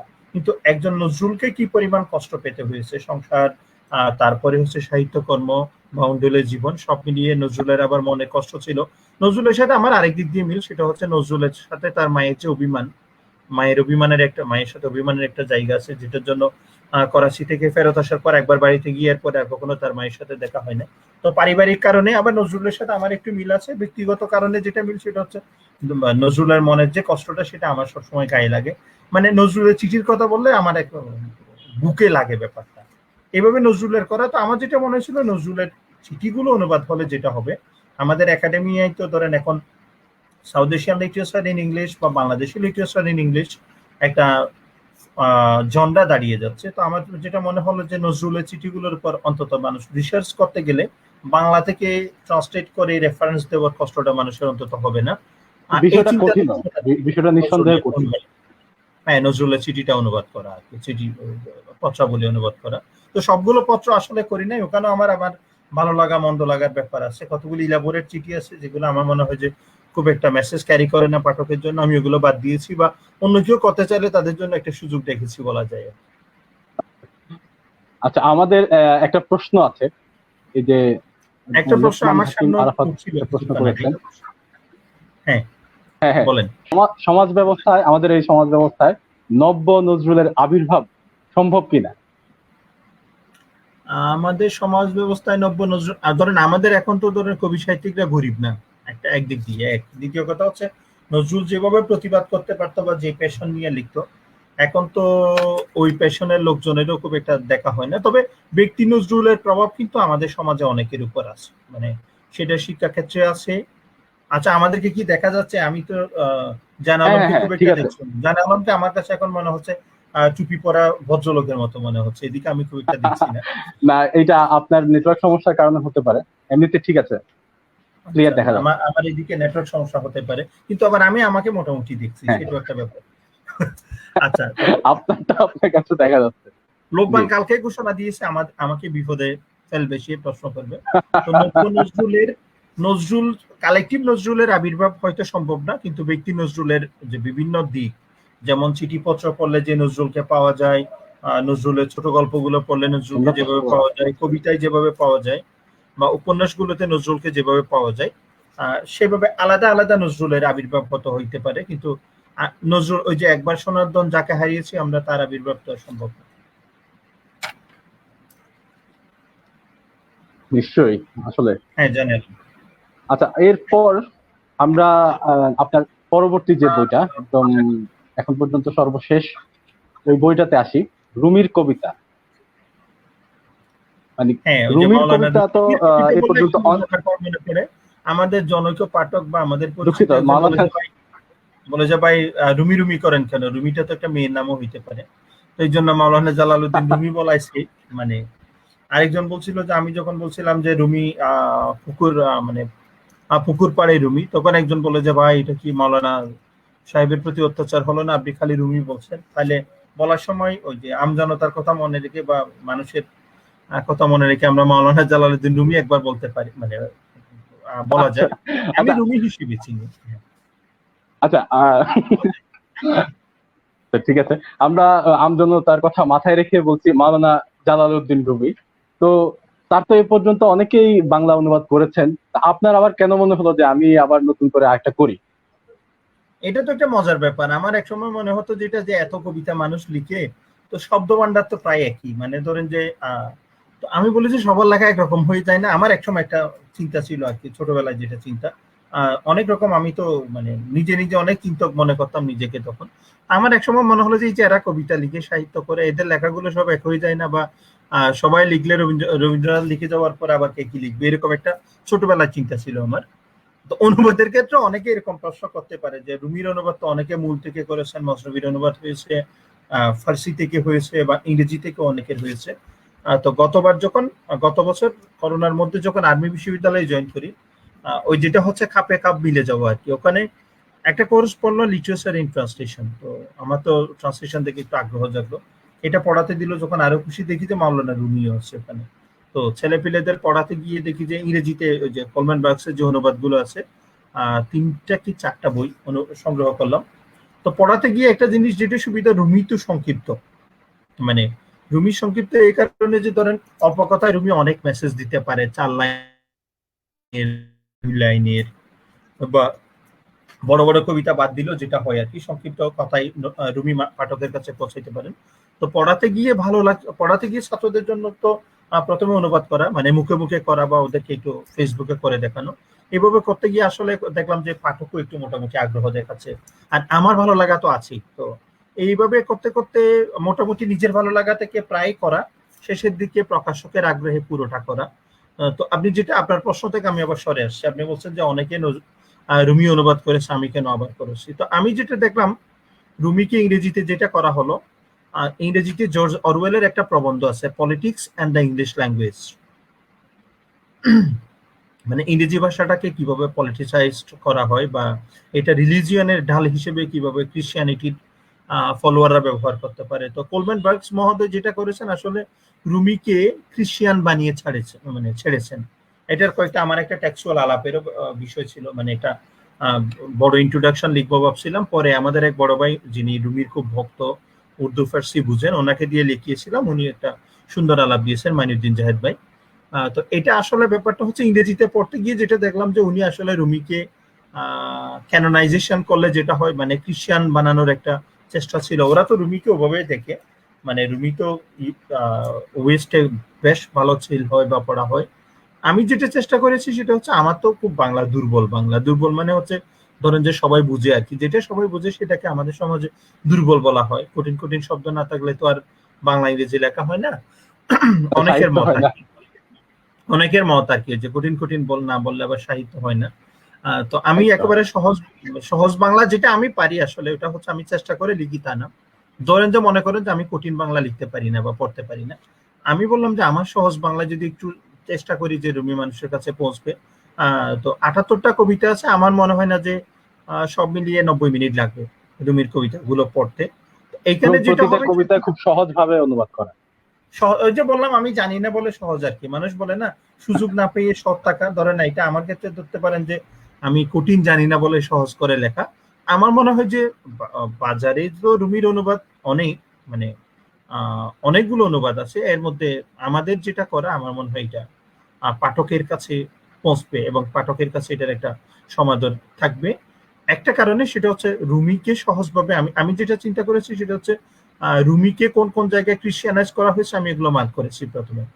ধরেন অজুকে এক জায়গায় অন্যভাবে বলা হয়েছে, মানে অজু করা যেটা আমরা বলি, সেটা তো এইসব জায়গায় আবার আমার যেটা হয়েছে সেটা হচ্ছে, ওই যে আমরা দক্ষিণ চট্টগ্রামের মানুষের উপর আরবির একটা প্রভাব আছে, মানে আরবির একটা প্রভাব, মানে কথাবার্তায় যেমন আমি আমি খুব একটা আল্লাহ বলতে পারি না, মানে আল্লাহ বলি না, কথায় কথায় মানুষ আল্লাহরে বলে না, আমার খোদা চলে আসে, এরকম কিছু শব্দের প্রভাব আছে, মরফোলজিক্যাল একটা ইনফ্লুয়েন্স আছে, মানে ওটা অ্যারাবিক হইতে পারে, উর্দু ফার্সি থেকে হইতে পারে, বা আমার ছোটবেলার পড়ালেখাটা খুব বেশিরভাগ আরবি দিয়ে শুরু, মানে কোরআন শরীফ যখন পড়েছি তখন অন্য বই পড়ি নাই, তিন চারবার যখন কোরআন শরীফ পড়া শেষ করলাম তখন তো অন্য বই পড়া হয় নাই। সেটার কারণে হতে পারে যে আমি ধরতে, মানে ব্যাপারটা আমার মনে হচ্ছে আমি ধরতে পেরেছি, এবং অনেক জায়গায় যেটা হয়েছে সেটা হচ্ছে আসলে রুমি যেটা বলতে চেয়েছেন, আমার মনে হয় যে ইংরেজিতে ওটা একটু, আবার এখন যদি মূলের আলাপ আসেন তাহলে মূল তো আমি পারি না ভাই, ফার্সি আমি পারি না, আমি ইংরেজিটা বুঝি, যতটুকু বুঝি সেটা থেকে বাংলা করেছি। এখন কেউ যদি ফার্সি মূল থেকে পড়তে পারে, মূল যার আছে মূল, তার তো আর এইসব এই আমাদের আমূল পরিবর্তন করা জিনিসের দরকার নাই। তো যে একেবারে ফার্সিও পড়তে পারবে না, ইংরেজিও পড়তে পারবে না, তাকে তো বাংলায় পড়তে হবে। আমি মনে করলাম যে ওই মাধ্যমটা আমি হতে পারি। এটা অবশ্যই একটা ভালো উদ্যোগ। আমাদের মতো যারা আধারে আছে, যারা অনেক অনেক ভাষা জানে না, তাদের বাংলায় যাদের একমাত্র সম্বল, তাদের জন্য এটা অনেক উপকারী হবে। আচ্ছা, এখন একটা প্রশ্ন, যে নজরুল এবং রুমি দুইটা বই আমরা দেখতে পাচ্ছি, তো কার প্রভাব আপনার জীবনে বেশি, নজরুলের না রুমির? নজরুলের প্রভাব আমার যেটা মনে হয়, যতদিন এই দেহে প্রাণ থাকবে এরকমই নজরুলের প্রভাবটা আমার উপর। ধরেন আমার কথাবার্তায় বা চাল চলনে, বিশেষ করে লেখায়, অনেকে তো এটাই বলে। একবার আমার এক মনে আছে, আমাদের এক বড় ভাই সহকর্মী আছেন, খুব মজা করতে পারেন, ওনাকে আমরা যে আমাদের আমাদের দিককার তলস্তয় মনে করি, যে মানে উনি কঠিন বিষয় ধরেন একবার আপনি কান্না করে দিচ্ছেন একটা বিষয়, বা আপনি রেগে মেগে আগুন, উনি এটাকে হাসার বিষয় করে ফেললো, যে ওই জায়গায় আপনি হেসে দিলেন, এরকম করতে পারেন। তো উনি একবার আমার চুল শাল পাঞ্জাবি দেখে, তিনটে জিনিস, চুল শাল পাঞ্জাবি দেখে বলে যে এই দুকু মিয়া কি খবর, মানে আমার যেটা হয় সেটা হচ্ছে নজরুলের প্রভাবটা আমার আছে, সেটা হচ্ছে কথাই বেশিরভাগ, মানে আমি তো যেটা হয় সেটা হচ্ছে ভদ্রলোকের ভাষায় কথা বলি না খুব একটা, মানে ভদ্রলোকের মানে হচ্ছে চিবিয়ে চাবিয়ে চর্বিত চর্বণ করে কথাবার্তা বলি না, দুমদাম বলি এক। দ্বিতীয় কথা হচ্ছে বলার সময় ধরেন সমালোচনা বা যেটা হোক, সমালোচনা বা আলোচনা হোক বা প্রশংসা হোক, ওখানে আবার আমার শরীরে অনেক স্নেহ পদার্থ যেটা আমি বুঝতে পারি শার্ট কেনার সময় বা বের হলে বুঝতে পারি, কিন্তু আবার আমার লেখায় স্নেহ পদার্থের খুব একটা উপস্থিতি নাই আর কি। তাহলে ওই ক্ষেত্রে বলতে পারেন যে নজরুলের প্রভাব বেশি। তবে রুমির যে প্রভাব বলতে পারেন, রুমির প্রভাবটা মনে মনে, রুমির প্রভাব এখনো পর্যন্ত ধরেন যে নজরুলকে ট্যাকেল দেওয়ার মতো প্রভাব আমার উপর আসে নাই, বা রুমি পড়াটা ওভাবে ওয়াইড স্কেল হয় নাই। আমরা একটা প্রশ্ন পেয়েছি, আমাদের অর্ণব একটা প্রশ্ন করেছেন যে বাংলা সাহিত্যের এক বা একাধিক এমন অনেক বই আছে যেটা অনুবাদ হয়নি, অনুবাদ করা প্রয়োজন বলে মনে করেন, এরকম কি কি বই আছে আপনার মনে হয়? ওর প্রশ্নটা কি দেখানো যাবে? হ্যাঁ, নিশ্চয়ই। বাংলা সাহিত্যের এক বা একাধিক বই হ্যাঁ, বাংলা সাহিত্যে তো অনেক বই অনুবাদ হয়নি, আর বাংলা সাহিত্য অনুবাদ করা আসলে কঠিন। সেটার একটা কারণ আছে, ধরেন আমরা যে ইংরেজিটা জানি সেটা আমরা একাডেমিক কারণে শেখার কারণে আমাদের মনে হয় যে আমরা আবার মাস্টারি করার কারণে, তো ইংরেজির মাস্টাররা তো নিজেদেরকে খুব মাস্টার মনে করে, যে ইংরেজি জানে মনে করে, আদৌ কিছু জানে, মানে আমি যেটা বলতে পারি যে আদৌ আমরা কিছু জানি বলে আমার মনে হয় না। তো বাংলায় তো, বাংলা তো মাতৃভাষা, তো বাংলায় যেটা সেটা হচ্ছে বাংলায় অনুভূতি গুলো আমার যেটা ইংরেজি করতে গিয়ে যেটা হয়, আমি অনেকগুলো কাজ শুরু করেছিলাম যে এটা একটু ইংরেজি করব, যেমন একটা প্রবন্ধের কাজ অন্তত এগোতে পেরেছি। ধরেন যে বাংলা সাহিত্যে ব্যক্তি কেন্দ্রিক যে মানে ব্যক্তি জীবনী নিয়ে যে প্রবন্ধ করা, এরকম একটা কালেকশন অলরেডি প্রায় শেষের পথে, মানে ধরেন যে 10-11টা প্রবন্ধ শেষ করেছি ওখানে, এবং মধুর একটা আছে, সর্দার ফজলুল করিম স্যারের করা, অনেকেরই আছে, অনেক প্রবন্ধ আছে ওখানে। সোমেন চন্দ্রের উপর একটা আছে, গুরকি নিয়ে একটা আছে, তারপরে নজরুলেরও একটা আছে। তো এই প্রবন্ধগুলো করতে গিয়ে যেটা মনে হলো, আসলে বাংলা সাহিত্যে তো এখনো অনুবাদ খুব একটা হয়নি, যা হয়েছে সব সেটা এখনো পর্যন্ত বড় স্কেলে হয়নি। আরেকটা ব্যাপার হচ্ছে অনুবাদ করবেন ঠিক আছে, এখানে একটা জটিলতা আছে। প্রথমে বলবে যে আপনি কি অনুমতি নিয়েছেন, অনুমতি নিতে গেলে শুধু অনুমতি জানালাম আপনার বই আমি করবো সেরকম না, বা জানালাম আপনার দাদা অমুক লেখক ছিলেন, আপনাদের বইটা আমি ইংরেজি করেছি, তো আপনি বললেন যে ভাই ধন্যবাদ করেছেন, তো ভালো হয়েছে। এখন ব্যাপারটা ওই জায়গায় দাঁড়ায় নাই, ধরেন আমি কারো একটা বই করতে গেলাম, অনুমতি নেয়নি বলে লাঠি নিয়ে দৌড়ায় কোর্টে নিয়ে যাবে, এরকম একটা অবস্থা। যেমন আমি হুমায়ুন আহমেদের দেয়াল উপন্যাসটা অনুবাদ করা শুরু করেছিলাম, পত্রিকায় 3 কিস্তি যাওয়ার পরে, নানা দিক থেকে বাধা আসার পর, নানা রকম প্রশ্ন ওঠার পর আমার আর কাজটা করা হয়ে ওঠা নাই। যদি ওই প্রশ্নগুলো না আসতো, আমার ধারণা তো বছর খানেক হয়ে গেছে কাজটা শুরু করছিলাম, এতদিনই শেষ হয়ে যেত। তো বাংলা সাহিত্যে অনুবাদ করার মতো, যেমন মাহমুদুল হকের কথা বলি, মাহমুদুল হকের কালো বরফটা অনুবাদ হয়েছে, আরো কিছু অনুবাদ মানে আরো লেখাগুলো অনুবাদ হওয়ার কথা, কিন্তু অনুবাদ তো ওভাবে হচ্ছে না। এটা দুটো কারণ, একটা কারণ হচ্ছে আমাদের দেশে মানুষরা বলে যে বাংলা লেখকের বই ইংরেজিতে পড়বো কেন, আদৌ বাংলায়ও খুব একটা পড়া হচ্ছে না। তো ইংরেজি কেন পড়বো ভাই, আপনাকে জোর করে কেউ ইংরেজি পড়তে বলছে না, যে গবেষণা করবে, যার কাজে আসবে সে ইংরেজিতে পড়বে। বিদেশিরা যখন আমার দেশে আসবে, ওরা যখন আমাদের সাহিত্য দেখতে চাইবে, পড়তে চাইবে, তখন পড়বে। আবার এটা যদি মানোত্তীর্ণ বা কালোত্তীর্ণ হয়, তাহলে বিদেশি কোনো প্রকাশনা থেকেও প্রকাশিত হতে পারে। তো বাংলা সাহিত্য ইংরেজি হওয়ার ব্যাপারটা, মানে বাংলা সাহিত্যে ইংরেজি অনুবাদ যেটা হওয়ার কথা, এটা এখনো আমার মনে হয় যে এটা সুশোভের পর্যায়ে, মানে এটা অনেক দূর যেতে হবে। সেটার জন্য পৃষ্ঠপোষকতা দরকার, সবচেয়ে বেশি যেটা দরকার সেটা হচ্ছে অনুমতি নিয়ে কাড়াকাড়ি কড়াকড়িটা বন্ধ করা দরকার। আচ্ছা, আমাদের আরেকটা প্রশ্ন আছে, এই লোকমান হাকিম আরাফাত আরেকটা প্রশ্ন করেছেন। হ্যাঁ, আমার তিনি কিছুক্ষণ একটা আগে হ্যাঁ, এই লাইনটা আমার মাথায় ছিল, রুমের মাতালের পুলিশে, কিন্তু পুলিশেরও ওইটা মাতাল। বললেন যে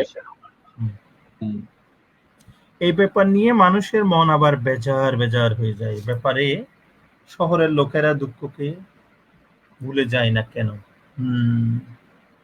লোকমানের প্রশ্নটা আপনি একটু পড়ে দেখেন, আমি ওর প্রশ্নটা ধরতে পারি নাই। ও তো আবার কঠিন পড়ালেখা করে, কঠিন সব পড়ালেখা সমালোচনা করে। আমার মনে হচ্ছে এই এইখানে এই প্রশ্নের মধ্যে সে আবার লুমেনের একটা বিষয় নিয়ে আসার চেষ্টা করছে। আচ্ছা, হ্যাঁ, ওই রাসেল ভাইয়ের লুমেনের, হ্যাঁ, রাসেল ভাই লুমেনের একটা রাসেল বিষয় ভাই নিয়ে তো আসার বেশ চেষ্টা পড়ুয়া করছে। মানুষ, তার পাঠকরা নিশ্চয়ই খুব পড়ুয়া, জন্য আর লোকমান তো বেশ পড়ে এবং জটিল আলাপ করতে পারে। ও শেষের দিকে কি বললো সেটা একটু দেখি। রুমি শহরের মানুষরা উভয়কে পছন্দ করলো, মান্য করে না। এই ব্যাপারটা নিয়ে মানুষের মন আবার বেজার হয়ে যায়। ব্যাপারে শহরের লোকেরা দুঃখকে ভুলে যায় না। আসলে ব্যাপারটা হচ্ছে শহরের মানুষ তো আদ্যপ্রান্ত যেটা সুবিধাবাদী। আমি নিজেও এখন শহরে থাকি, বা গ্রামের মানুষ খুব একটা সরল সেটা বলছে না। গ্রামের মানুষ নিয়ে অনেক আলাপ আছে। গ্রাম সহজ সরল, গ্রামের মানুষ নয়, বা গ্রামের প্রকৃতি সহজ সরল। এটা তো আমাদের এক বড় ভাই আজকে স্ট্যাটাস দিয়েছেন যে গ্রামের প্রকৃতি সহজ সরল, মানুষ নয়। মানুষ সে সহজ ভিন্ন, সরল। হ্যাঁ সে ভিন্ন আলাপ। তো এমনিতে শহরে থাকতে গেলে তো শহরের জীবন তো, মানুষের নাগরিক জীবন তো নানা রকম কম্প্রোমাইজের মধ্যে দিয়ে যায়। তো মাতাল ভয় করে পুলিশকে, আবার পুলিশ ভয় করে কাকে? পুলিশ তো পুলিশেরও মানে নিজেই মাতাল। পুলিশ পুলিশ নিজেই মাতাল। এখন তো শহরের মানুষ যেটা করে, শহরের মানুষ তো আরেক সুবিধাবাদী, মানে এক্সপেরিয়েন্স যেটা। এটা তো আমাদের আসছে এই আমাদের ক্যারেক্টার এটা ঢুকে গেছে এলিজাবেথ থেকে। এলিজাবেথের ফরেন পলিসি ছিল এক্সপেডিয়েন্সি, মানে সুবিধাবাদ জিন্দাবাদ আর কি, যেটা মানে আমার যেখানে সুবিধা সেখানে জিন্দাবাদ, এরকম। তো শহরের মানুষ আসলে এরকম, মানে কম্প্রোমাইজে বিশ্বাসী আর কি, উভয়কে পছন্দ করে। ওই যে দাবার গুটির মতো আর কি, দাবার ভিন্ন ভিন্ন গুটির মতো। এটা আসলে আবার বেজার হচ্ছে সম্মান অসম্মান করলে বেজার হয়ে যায়। সেটা হচ্ছে ভাই, সম্মান তো আর বিকের মতো হাত দিলে পাওয়া যায় না, বা বাজারে চাল না যে সব সময় পাওয়া যাবে। সম্মানটা আসতে হবে মন থেকে। আর আপনি যদি নিজেকে সম্মানিত বোধ করেন তাইলে হয়। আদারওয়াইজ সম্মানের ব্যাপারটা হচ্ছে কিদার মতো আর কি। আপনি যদি খালি প্রচুর ক্ষুধার্ত খাওয়ার পরেও আপনার খিদে মিটে না, তাহলে এই সম্মান দিয়ে আপনার কাজ হবে না। আচ্ছা, আপনি সম্মানিত এবার হ্যাঁ আমার আমার ব্যক্তিগত একটা প্রশ্ন আছে। হুম। শিক্ষকদের বিষয়টা আমার কাছে সবসময় ভালো লাগে। তো শিক্ষক জীবন এবং লেখক জীবনের মধ্যে কি পার্থক্য খুঁজে পান? লেখক তো জীবন না, মানে লেখকের তো জীবন মানে হচ্ছে আমার আমার যে শিক্ষক জীবন, সেটা হচ্ছে আসলে শিক্ষক হিসেবে দায়বদ্ধতা থেকে কিন্তু লেখালেখিটা করা। মানে আমি চুপ করে থাকবো কেন? যে সমাজ, মানুষ তো মনে করে যে ধরেন আমি কি পাচ্ছি সমাজ থেকে সেটা ব্যাপার না, ব্যাপারটা হচ্ছে সমাজকে তো আমাকে দিতে হবে এক। দ্বিতীয় কথা হচ্ছে অন্তত আমার আমার শিক্ষার্থীরা তো আমাকে অনুসরণ করে। এই জায়গা থেকে আমি যেটা চিন্তা করি শিক্ষার্থীরা করে, বা আমার কিছু মানে আমাদের কিছু ছোট বড় ভাই একটু দেখতে পারে বা পছন্দ করে। এই জায়গা থেকে আমার দায়বদ্ধতা যেটা সেটা হচ্ছে, আপনি কবিতার অনুবাদ গুলো দেখলে দেখবেন যে ধরেন আমি চারাই পাহাড় মোড়ে গিয়ে মাইক নিয়ে প্রতিবাদ করতে পারছি না, ওই দিন হয়তো আমি একটা প্রতিবাদের কবিতা অনুবাদ করে পাঠকের কাছে দিচ্ছি, যেটা ধরেন হয়তো মাইকের প্রতিবাদ যার কানে যাবে না তার কানে হয়তো এই কবিতাটা যাবে, বা এই গল্পটা যাবে, বা এই এক লাইনের আমার বক্তব্যটা যাবে। এই জায়গা থেকে আমার আসলে যেটা মনে হয় সেটা হচ্ছে প্রত্যেক শিক্ষককে লেখক হতে হয়। কারণ হচ্ছে আপনি যদি নাই লিখেন বা আপনি যদি লিখতে না পারেন, তাহলে আপনার শিক্ষার্থীরা লিখতে শিখবে করতে হয়। আমাদের সব শিক্ষা কিন্তু একাডেমিয়া কেন্দ্রিক, মানে যারা গড গিফটেড মেধা ছাড়া বাদ বাকি ব্যাপারটা তো আমাদের আসলে ফর্মাল এডুকেশনের মাধ্যমে হয়। তো অ্যাটলিস্ট যেটা আমি যেটা মনে করি ব্যক্তি পর্যায়ে যেটা মনে করি, শিক্ষকরা যদি মোটামুটি পড়ালেখার চর্চাটা করেন, যেটা আমি আমাদের স্যারদের হাতে দেখেছি। যেমন আমার এক টিচার আছেন সরকারি কলেজে, যার প্রভাব আমার উপর খুব ছিল, এক সময় এখনো আছে। স্যারের প্রতি সবসময় আমার একটা শ্রদ্ধা আছে, প্রফেসর আব্দুল কাইম নিজামী। তো স্যারের একটা ইংরেজি আমার সবসময় কানে বাজতো। স্যার বলতো যে only first class teacher can produce first class students. মানে আপনি যদি শিক্ষক হিসেবে প্রথম শ্রেণীর না হন, তাহলে আপনার ছাত্ররা প্রথম শ্রেণীর হবে না। এখন আপনি যদি শিক্ষক হিসেবে ন্যায় অন্যায়ের প্রতিবাদ, মানে ন্যায় অন্যায়ের মধ্যে তফাৎ করতে না পারেন, মানে রাত দিনের মতো অনেকটা ব্যাপারটা। আর কিছুদিন আগে যেমন যে বিশ্ববিদ্যালয় শিক্ষা নিয়ে যখন কথাবার্তা হচ্ছিল, তখন নিউম্যানের একটা লাইন আমার সবসময় মানে ওই আমার আবার মুখস্থ বিদ্যা কিরকম জানি না, সাইদুল একটা দাবি করে যে আমার আবার মনে থাকে, ও বলে আর কি। তো এই জায়গা থেকে সেটা হচ্ছে ওখানে নিউম্যানের একটা কথা আছে, university education does not separate head from hearts. মানে ওই যে মানুষ বলে না মাথা মুন্ডু আলাপ করার মতো ব্যাপারটা। তো বিশ্ববিদ্যালয় শিক্ষার একটা প্রভাব আছে সমাজে, বিশ্ববিদ্যালয় শিক্ষকের একটা দায়বদ্ধতা আছে। এখন আমাদের তো হয়ে গেছে সেটা হচ্ছে আমি চাকরি করি, বেতন পাই, তারপরে আমি চুপ করে থাকি। ওই জায়গায় ভাই আমি চুপ করে থাকতে পারি না। আমার মানে ব্যক্তি হিসেবে আমি অনেক ক্ষতিগ্রস্ত, মানে কথা বলার জন্য, লেখার জন্য। কিন্তু আমার সেটা মানে কখনো গায়ে লাগে না। কারণ হচ্ছে আমার মানে আমার কথায় যদি অন্তত সমাজ পরিবর্তন না হোক, অন্তত সমাজ পরিবর্তন না হলে একটা ধারা তো থাকবে। মাঝখানে যদি কেউ কথা না বলে, তাহলে কথা বলা যদি বন্ধ হয়ে যায়, একটা জিনিস বন্ধ হয়ে গেলে ওটা আবার চালু করা যায় না। নিবু নিবু পর্যায় থেকে আপনি ওটাকে সচল করতে পারেন, কিন্তু বন্ধ কার্যক্রম আপনি শুরু করতে পারেন না। তো পড়ালেখা করা বা অনুবাদ করা বা পড়ালেখা করা এই জিনিসটা আসলে আমাদের শিক্ষকদের কাছ থেকে দেখে। শিক্ষকদের মানে হচ্ছে ওই যে আমাদের শিক্ষকদের মধ্যে একজন ভালো অনুবাদক আছেন, যার নাম আগেও বলেছি, জিএস হাবিব স্যার। দেখলাম যে হাঁটা চলায় যেটা করেন, অন্তত যা বলে যে ক্ষতি যা করতে হবে প্রথম বর্ষ দ্বিতীয় বর্ষের মধ্যে করতে হবে। কিরকম ক্ষতি? ওই যে একটা প্রবাদ আছে, শিক্ষা দীক্ষা আপনার কোনো ক্ষতি করতে পারে না। তো শিক্ষা দীক্ষা যদি আসলে কোনো ক্ষতি করতে চায় মানুষের, মানে ক্ষতি মানে হচ্ছে কোনো প্রভাব যদি মানুষের মনে আলো নিয়ে আসতে চায়, সেটা শুরুর দিকে আনতে পারলে ভালো। আচ্ছা, আপনি একটা প্রশ্ন দেখাচ্ছিলেন। হ্যাঁ, তাপস নন্দী আমাদের একটা প্রশ্ন করেছেন, একটা বই কখন আপনি অনুবাদ করতে আগ্রহ অনুভব করেন? হ্যাঁ, নন্দীর খুব দারুণ প্রশ্ন। নন্দী তো মানুষ হিসেবে এমনিতে খুব, মানে ওকে ভিজে বেড়াল বলি আর কি আমি। চুপচাপ থাকে কিন্তু ভেতরে ভালোই কাজ করতে পারে ও। নন্দী ওই দিক দিয়ে ভালো, মানে সাইলেন্ট কিলার আর কি নন্দী। তো নন্দীর এই প্রশ্নটা সবচেয়ে ভালো প্রশ্ন। আপনি একটা বই, মানে আমি একটা বই কখন ধরেন আমি একটা বই পড়লাম, আমার মনে হলো যে এটা বাংলায়, তো এটা ইংরেজি করলে ধরেন সামহাও এটা ওয়াইড রেঞ্জ অফ রিডারের কাছে পৌঁছবে, যে এটা করা দরকার পৌঁছানোর জন্য, এটার মেসেজটা সবার কাছে যাওয়া দরকার। এই গেল বাংলা থেকে ইংরেজি করা। আর ইংরেজি থেকে বাংলা করার ব্যাপারটা হচ্ছে, যখন আমি পড়ে মুগ্ধ হলাম, তো আমার মনে হয় যে আমার সাথে যারা যুক্ত আছেন ফেসবুকে, মনে হয় ওই যে সেলিব্রিটি বা এরকম কিছু বলতে পারবো না, কিন্তু প্রত্যেকের রিকোয়েস্ট আস্তে আস্তে 1000-500-এর কাছাকাছি হয়ে গেছে। তো আমার মনে হয় যে ওখান থেকে যদি 40 জনও পড়ে, আসলে ভালো কিছু লিখলে 40 জনও পড়ে না। ধরেন একটা মস্কারি দিলে, আবার মস্কারি টাইপের একটা বাক্য লিখলে 200 জন পড়বে। আমার যেটা মনে হয় 10-20 জনও যদি পড়ে, মানে ওদের সাথে শেয়ার করার লোভ যখন সামলাতে পারি না, তখন একটা কবিতা বা একটা গল্প অনুবাদ করার সাহস করি। বইয়ের ব্যাপারটা এখনো ঘটে নাই, মানে পুরো একটা বই অনুবাদ করার মতো ব্যাপারটা এখনো আসে নাই। আচ্ছা, আরেকটা প্রশ্ন এসেছে, প্রত্যুৎ এটা হচ্ছে মানে প্রস্তুত পণ্যমতি। হ্যাঁ, আমার ছাত্র রফিকুল বললে আপনাকে খুব একটা ভুল হবে না। বলতে চাচ্ছি job versus marriage, please describe ইট। দুটোই তো করতে হবে। যার আসলে রফিক ভালো প্রশ্ন করেছে। রফিক আমার ছাত্র, প্রিমিয়ারে ছিল। তো রফিকের প্রশ্নটা হচ্ছে বিয়ে বা চাকরি নিয়ে দ্বন্দ্ব আছে কিনা। আসলে দ্বন্দ্ব মনে করলে সবকিছুর সাথে দ্বন্দ্ব আছে। একাকিত্বের সাথে চাকরির দ্বন্দ্ব আছে। আমার সারা রাত ওই যে কি যেন আমার সারাটা রাত মেঘলা আকাশ গান আছে না, তো আপনি এখন থেকে একটা দ্বন্দ্ব মনে করে পরের দিন ধরে সারা রাত আপনার কেউ নাই মনে করে আপনি কান্নাকাটি করে পরের দিন সকালে চাকরিতে যেতে পারলেন না। এটা একটা সমস্যা। মানে একাকিত্বের বোঝা তো বহন করা কঠিন। নাই নাই নাই নাই করে একটা সমস্যা ফেলে দিলেন। আবার হচ্ছে যখন আসে তখন বললেন যে ব্যাপারটা হচ্ছে বিয়ে করেছি, বাচ্চা হয়েছে। যেমন আমার যেটা, আমি বিয়ে করেছি খুব আগে, মানে আমার কাছে যেটা পারফেক্ট সময় মনে হয়েছে। আমার দুটো বাচ্চাও আছে। তো আমার তো হিউজ রেসপন্সিবিলিটি। আমি এখন এনজয় করি যে সংসার এবং চাকরি দুটোর মধ্যে ব্যালেন্স করে দাঁড়াতে পারলে মানুষ, যদি সংসারী হয়, সংসারী না হয় তো অনেক কিছু করতে পারে। তবে আমার কাছে বিয়ে এবং কর্মজীবন কখনো পরস্পর প্রতিদ্বন্দ্বী বা প্রতিবন্ধকতা তৈরি করে বলে মনে হয়নি। তবে আছে, মানে প্রেশার খুব আছে। আপনাকে পরিশ্রমী হতে হবে। পরিশ্রম করার মেন্টালিটি না থাকলে চাকরিও করতে পারবেন না, বিয়ে শাদী তো সে অনেক দূরের ব্যাপার। নিশ্চয়ই, দুইটাই মেনটেন করা আসলে একটা কঠিন বিষয়। হ্যাঁ, সেটা করতে গিয়ে অনেক সময় নিজে চ্যাপ্টা হয়ে যাবেন, কিন্তু দিন শেষে যেটা টিকে থাকেন সেটাই মানুষ। আচ্ছা, আরেকটা প্রশ্ন এসছে সৈয়দ ইবনুজ্জামান, শুধু সাহিত্য নয়, আন্তর্জাতিক রাইটারদের যে বইগুলো আছে সে বইগুলোর অনুবাদ এত কম, কি কারণ? ইবনুজ্জামান, আমার মনে হয় অনুবাদ কম না। আমাদের অনুবাদ, আপনি বলতে পারবেন যে ভালো অনুবাদ বা পাঠকের ভালো লাগে, পাঠযোগ্য অনুবাদ কম হইতে পারে। নাইলে আমাদের দেশে ওয়াইড স্কেলে অনুবাদ হচ্ছে এখন।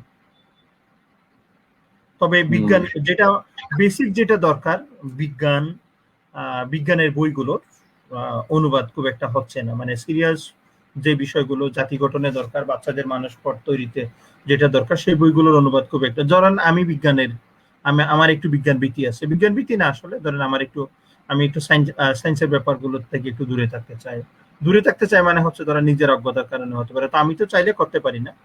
ওই জায়গায় কিন্তু আমাদের স্যার আবার খুব মানে পটু, দক্ষ মানুষ। স্যার এই কাজগুলো করেন। তো আমার যেটা মনে হয় সেটা হচ্ছে উচ্চশিক্ষার অনেক বই যেগুলো আপনারা আমাদের এখানে ধরেন জগা খিচুড়ি ইংরেজি বাংলা মিশিয়ে যে লেকচার গুলো দেওয়া হয়, সেটা না করার জন্য যেটা করা যায়, আইদার আপনি ভালো করে ইংরেজিটা শিখুন, নাইলে বাংলাটা ভালো করে শিখুন। তাহলে ভালো করে ইংরেজি শিখলে ভালো বাংলাটা করতে পারলে যেটা হবে, ভালো বাংলা জানার পর ভালো ইংরেজি জানার কথা আসে, তখন অন্তত দুই ভাষায় আপনি ভালো ইংরেজিতে পড়লেন, মানে ভালো ইংরেজি জেনে ইংরেজিতে পড়লেন, আর ভালো বাংলাতে পড়তে পারলেন কেউ যদি অনুবাদ করে, সেটা হওয়া দরকার। এই সমস্যাটা আসলে আমরা যারা জাতীয় বিশ্ববিদ্যালয়ে পড়ি এরা খুব বেশি অনুভব করি। যেমন আমাদের সম্মানিত শিক্ষকরা বই অনুবাদ করেন, তো অনুবাদের ক্ষেত্রে তারা সহজ করতে গিয়ে এত কঠিন কঠিন বাংলা অনুবাদ করেন। আমার মনে হয় যে আমরা ইংরেজিতে যদি পড়তাম আরো সহজ হতো বিষয়টা। এটা আসলে পারিভাষিক শব্দের অভাবের কারণে হয় এক, দ্বিতীয় কথা হচ্ছে ওই যে আমি একটু আগে বলছিলাম যে কঠিন কঠিন পারিভাষিক শব্দ বসিয়ে না দিলে তো আবার মুশকিল, যে আপনাকে কঠিন লেখক হিসেবে মানা হবে না বা পাত্তা দেওয়া হবে না। এই কারণে তো আমার যেটা মনে হয় সেটা হচ্ছে কঠিন জটিল সরল, সরল জটিল যৌগিক মিশ্র ব্যাপার না। ব্যাপারটা হচ্ছে আপনি পাঠককে যদি বুঝাতে না পারেন এই লেখার কোনো মূল্য নাই, সেটা অনুবাদ হোক বা মৌলিক হোক। আরেকটা প্রশ্ন এসছে, স্যার আমরা যাই করি না কেন হাজার ভালোর মাঝে ছোট্ট একটা ভুল করে ফেললেই আমাদের সব ভালো কাজগুলো সবাই ভুলে যায়। তাহলে কি সমাজ কি বলবে সেটা ভেবে থেমে যাওয়া উচিত, নাকি সমাজের কোনো পরোয়া না করে নিজের জীবন গুছিয়ে নেওয়া উচিত? সমাজ তো ও আমার ছাত্র যে প্রশ্নটা করেছে সুন্দর প্রশ্ন।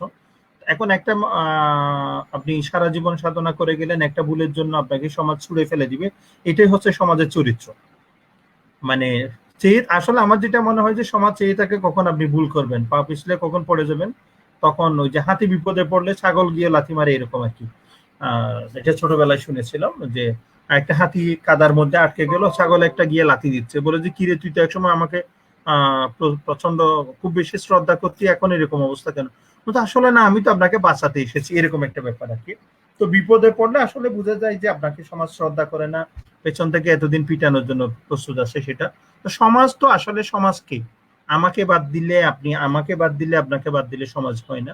তো সমাজের কথা সমাজ বলতে থাকবে। আমি রামুতে একটা জায়গায় পড়াতে যেতাম কক্সবাজারে চাকরি করার সময়, তো আমি ছাত্রদের সাথে, ওখানে তো অটো চলে ওখানে, আবার তো স্টুডেন্টও বসতো আমিও বসতাম। তো রামু একটা জায়গায় পানের বাগান যেখানে আছে ওখানে দাঁড় করাতাম গাড়িটা। দেখো একটা লম্বা গাছ, অনেক লম্বা, ধরেন একেবারে ওটা ডালাফালা, একেবারে উপরের দিকে খুব অল্প ডালাফালা, গাছটার নাম জানি না, নিচে থেকে লতা পাতা এমন ভাবে উঠছে ওটাতে, বিশাল পরিসর মনে হবে এটাকে।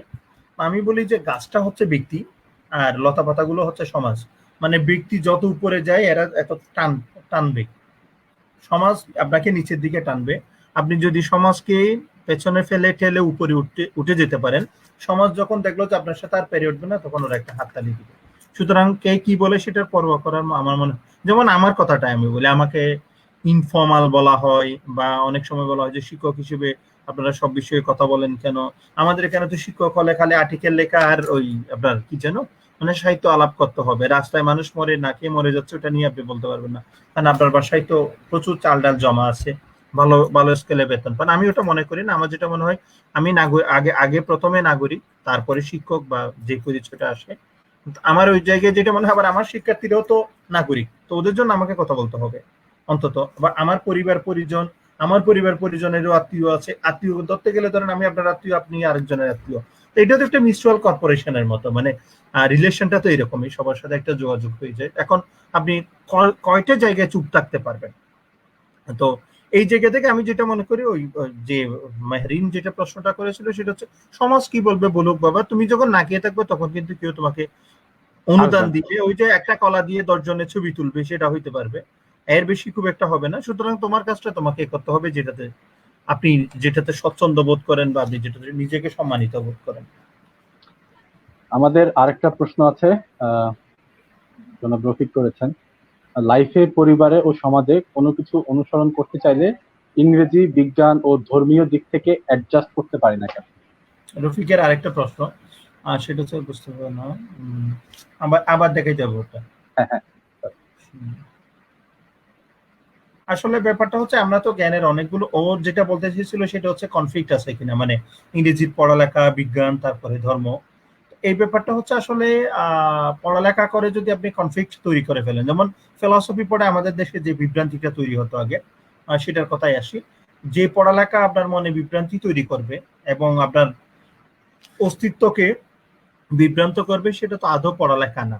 আমার যেটা মনে হয়, আমি এখনো পর্যন্ত ও যেটা বলতে চেয়েছি সেটা হচ্ছে ধর্মীয়, মানুষের তো ধর্মীয় বিশ্বাস আছে, সেটার সাথে ইংরেজি পড়া মানে হচ্ছে শুধু ইংরেজি ভাষায় পড়া না, মানে ইংরেজি সাহিত্য ওয়াইডার স্কেলে ইংরেজি ফিলসফি পড়া বা বিজ্ঞান পড়া। আমি কোনোভাবে যেটা ব্যক্তি জীবনে ওভাবে কনফ্লিক্ট দেখি না, যার যার তো পার্সোনাল একটা আইডিওলজি বা বিশ্বাস থাকে, সেটা তো আবার ওপেন হয় না অনেক সময়।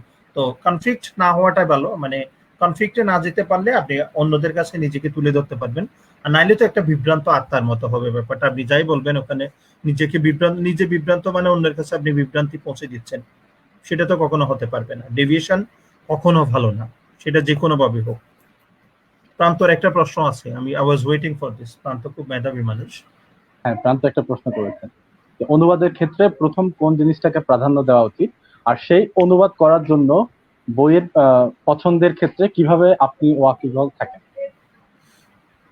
অনুবাদের ক্ষেত্রে প্রথম যে জিনিসটা সেটা হচ্ছে এই বইটা আসলে আমি যে অনুবাদ করব, ধরেন আমি অনুবাদক হয়ে গেলাম, এটা বইটা পাবলিশ হলো, হাততালি দিল, প্রকাশক রয়্যালটি দিল কি, ঈদের সময় একটা ঈদ মোবারক বললো কি বললো না, বা প্রকাশক খোঁজ খবর নিল কি নিল না, শুভেচ্ছা জানালো কিনা, টাকা দিল কিনা, সেটা পরের কথা। ধরেন একটা বই যখন আপনি দেখবেন যে এই বইটা আপনি বাংলা করলেন, কষ্ট করে ইংরেজি থেকে বাংলা করলেন, তো এই বইটা পড়ে আদৌ সমাজের কোনো উপকার হবে কিনা বা মানুষের কোনো উপকার হবে কিনা। তো আমি দেখি যে লেখাটা পড়ে কারো উপকার হতে পারে, মানে বৃহত্তর স্বার্থ থাকে, সেই জিনিসটা আমি অনুবাদ করার পক্ষে। এখন ওয়াকিবহাল থাকা মানে হচ্ছে পছন্দের ক্ষেত্রে আগে তো পড়তে হবে, পড়ার পরে পছন্দ হয়, মানে জেনে তো একজন বললো যে ভাই এই বইটা অনুবাদ করেন, এই সমস্যাটা আমার মধ্যে আছে। ধরেন আমি কয়েকটা কাজ নিয়েছি, কয়েকটা কাজ মানে হচ্ছে দিব্য প্রকাশ থেকে আমার দুটো বই বের হওয়ার কথা, একটা হচ্ছে খালিল জিবরানের জীবনী, আর একটা ইরানের ইতিহাসে নাদির শাহর একটা ঘটনার বিবরণ নিয়ে লেখা। তো এই দুটো বই আমার খুব পছন্দ হয়েছে, কিন্তু প্রকাশনা থেকে মনির হাসান সাবের ভাই নিজে আমাকে সাজেস্ট করেছেন এই যে এখনো পর্যন্ত ব্যক্তি দ্বন্দ্বটা আমি বলি, যেটা ব্যক্তি পছন্দের দ্বন্দ্বের সাথে আরেকজনের পছন্দের দ্বন্দ্ব, এই যে এই জিনিসগুলো আমাকে করতে হবে এরকম একটা মেন্টাল সেটআপের কারণে আমি এখনো পর্যন্ত, অন্য কাজেরও চাপ আছে, এখনো পর্যন্ত দুটো কাজের একটা শেষ করে বের হতে পারি নাই।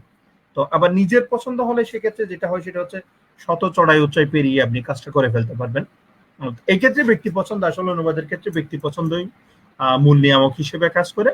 তবে আমার ক্ষেত্রে যেটা আমি চিন্তা করি, যেটা এই জিনিসটা বাংলায় পড়ে বা ইংরেজিতে পড়ে মানুষের কাছে পৌঁছাবে কিনা বা মানুষের উপকার হবে কিনা, তখনই আমি অনুবাদ করার সিদ্ধান্ত নিই। আরেকটা প্রশ্ন করেছেন সৈয়দ ইবনুজ্জামান, তার ইংল্যান্ডে মধ্যবিত্তদের মাঝে যে রেনেসা এসেছিল, আমাদের বাংলাদেশেও কি সে রেনেসা এসেছে কিনা?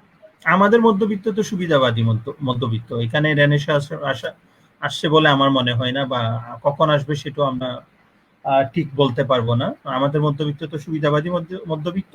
তবে এখন প্রচুর পড়ালেখা হচ্ছে চারদিকে, মানে চারদিকে প্রচুর পড়ালেখা হচ্ছে। একদিন তো এখন অন্তত যেটা, মানে আমি যেটা মনে করি সেটা হচ্ছে 90s-এ যাদের জন্ম, মানে পুরো 90s জুড়ে যাদের জন্ম, 1990s এর কথা বলছিলাম আমি, বা আমাদের আরো পরের জেনারেশন, আমার মনে হয় যে আগামী 10-20 বছর পরে একটা পরিবর্তন আসবে।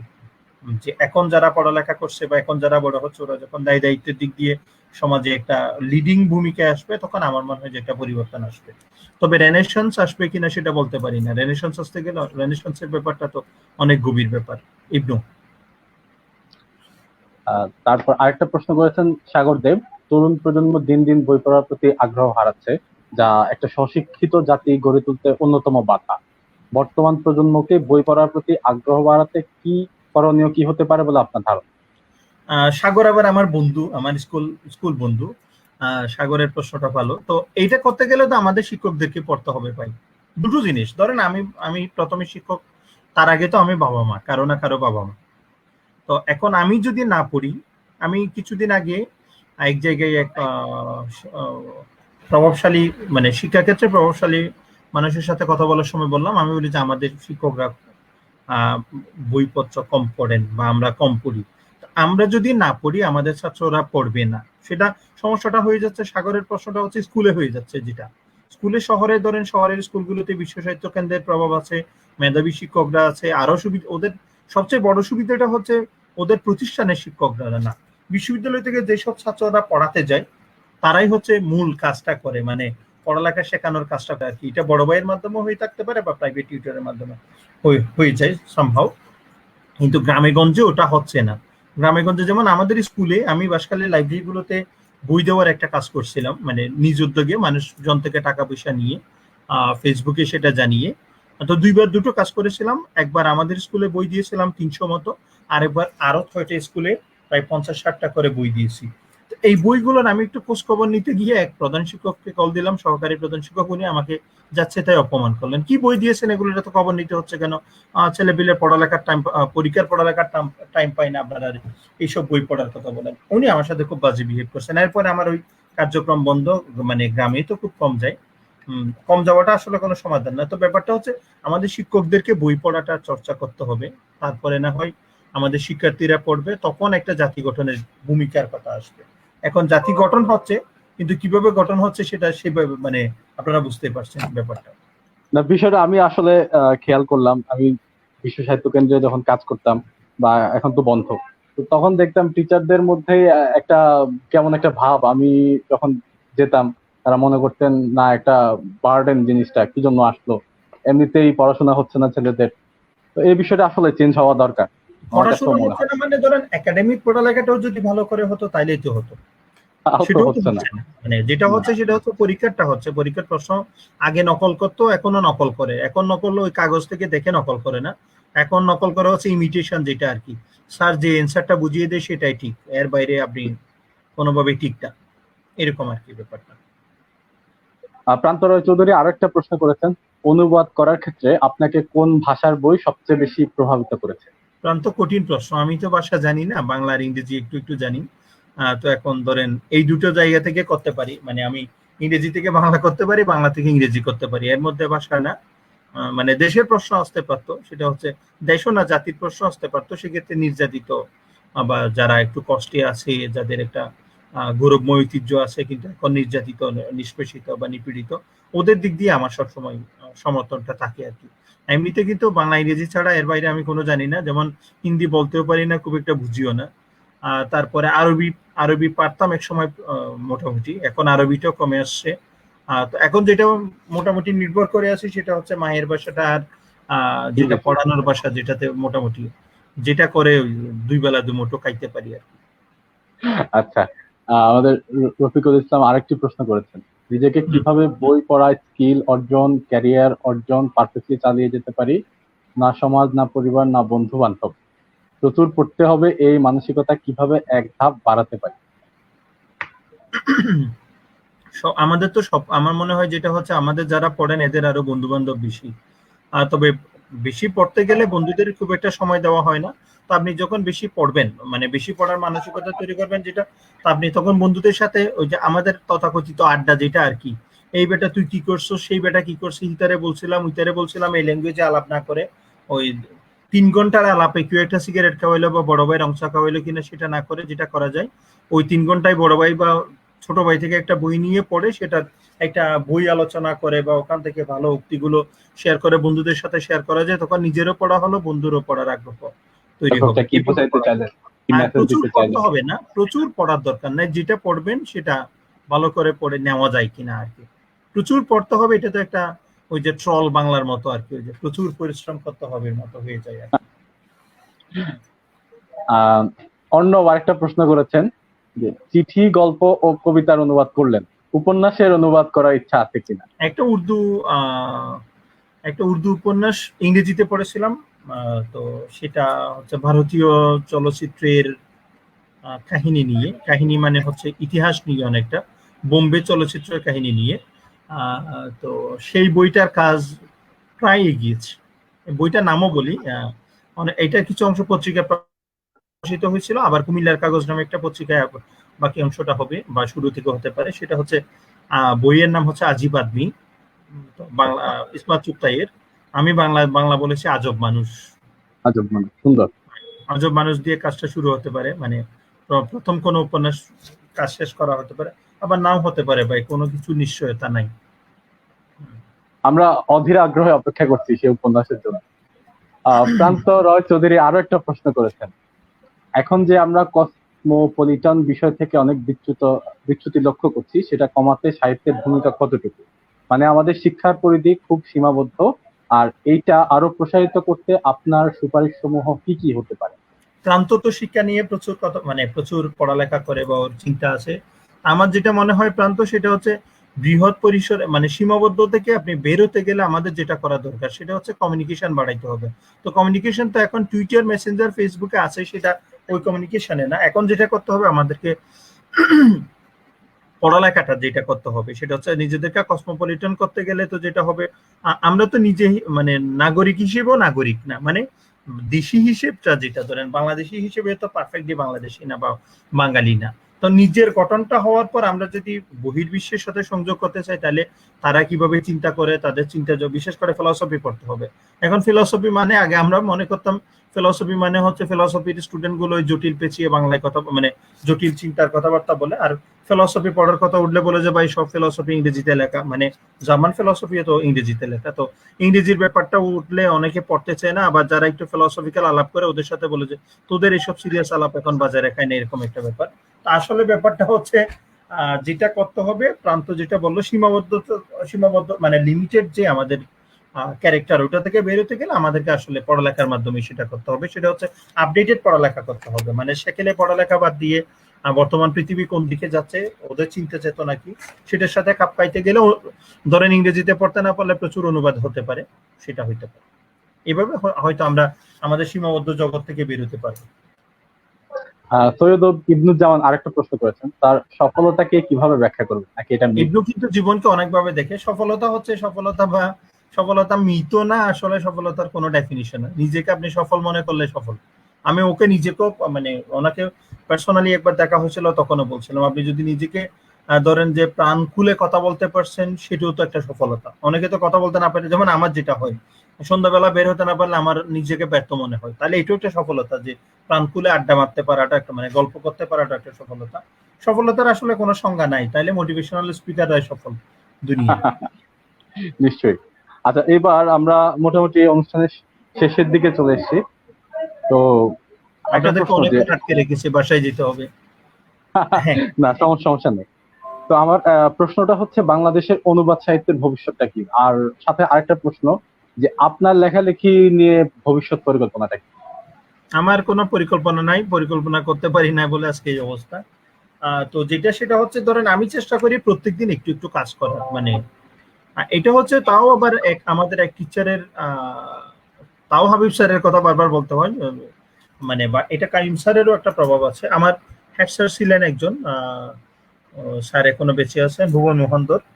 তো এখানে তিনজনের মধ্যে একটা ব্যাপার হচ্ছে কাইম স্যার যেটা বলতেন সেটা হচ্ছে সবসময় একটু না একটু হলে পড়ালেখা করতে হবে। কিন্তু ফার্স্ট ইয়ারে আমরা যখন ভর্তি হই তখন স্যার হাবিব স্যার একটা ক্লাসে বলছিলেন যে যেই ভাষাটাতে মানে যেই বিষয়টাতে পড়ালেখা শুরু করেছো, প্রত্যেকদিন যদি 1 ঘন্টা পড়ালেখা করতে পারো তাহলে তো তুমি এই বিষয়ে মাস্টার। মানে মাস্টার মানে দক্ষর কথা বলা হয়েছে, টিচারের কথা বলা হয়নি। তো এখন তো পড়ালেখাটা ব্যাপারটা হচ্ছে পড়ালেখা তো না করতে চাইলেও করতে হবে, মাস্টারি মানে পড়ালেখা পেশা যেহেতু শিক্ষকতা, তো পড়ালেখাটা আমি একেবারে ধরেন ঈদের দিন কথার কথা, ঈদের দিন হিসেবে ধরেন যে আমি অনুবাদ না করার কথা বা না পড়ার কথা, মানে ঈদ তো ঈদ। আমার যেটা হয় সেটা হচ্ছে ধরেন ঈদের দিনের একটা এক্সাম্পল দিলাম আর কি, বা বিয়ের দিনের কথা চিন্তা করতে পারেন, মানে মানুষের জীবনে জরুরি ব্যাপার বা বাচ্চা হওয়ার ব্যাপারটা। তা আমার যেটা হয় সেটা হচ্ছে আমি সব জরুরি ব্যাপারের মধ্যেও চাই যে একটা কিছু একটা বাক্য হলো লেখা যায় কিনা। এই জন্য অনেকে বলে যে ফেসবুকে ঘন ঘন লিখতে থাকেন বা পোস্ট করতে থাকেন, এরকম একটা বদনামও আছে।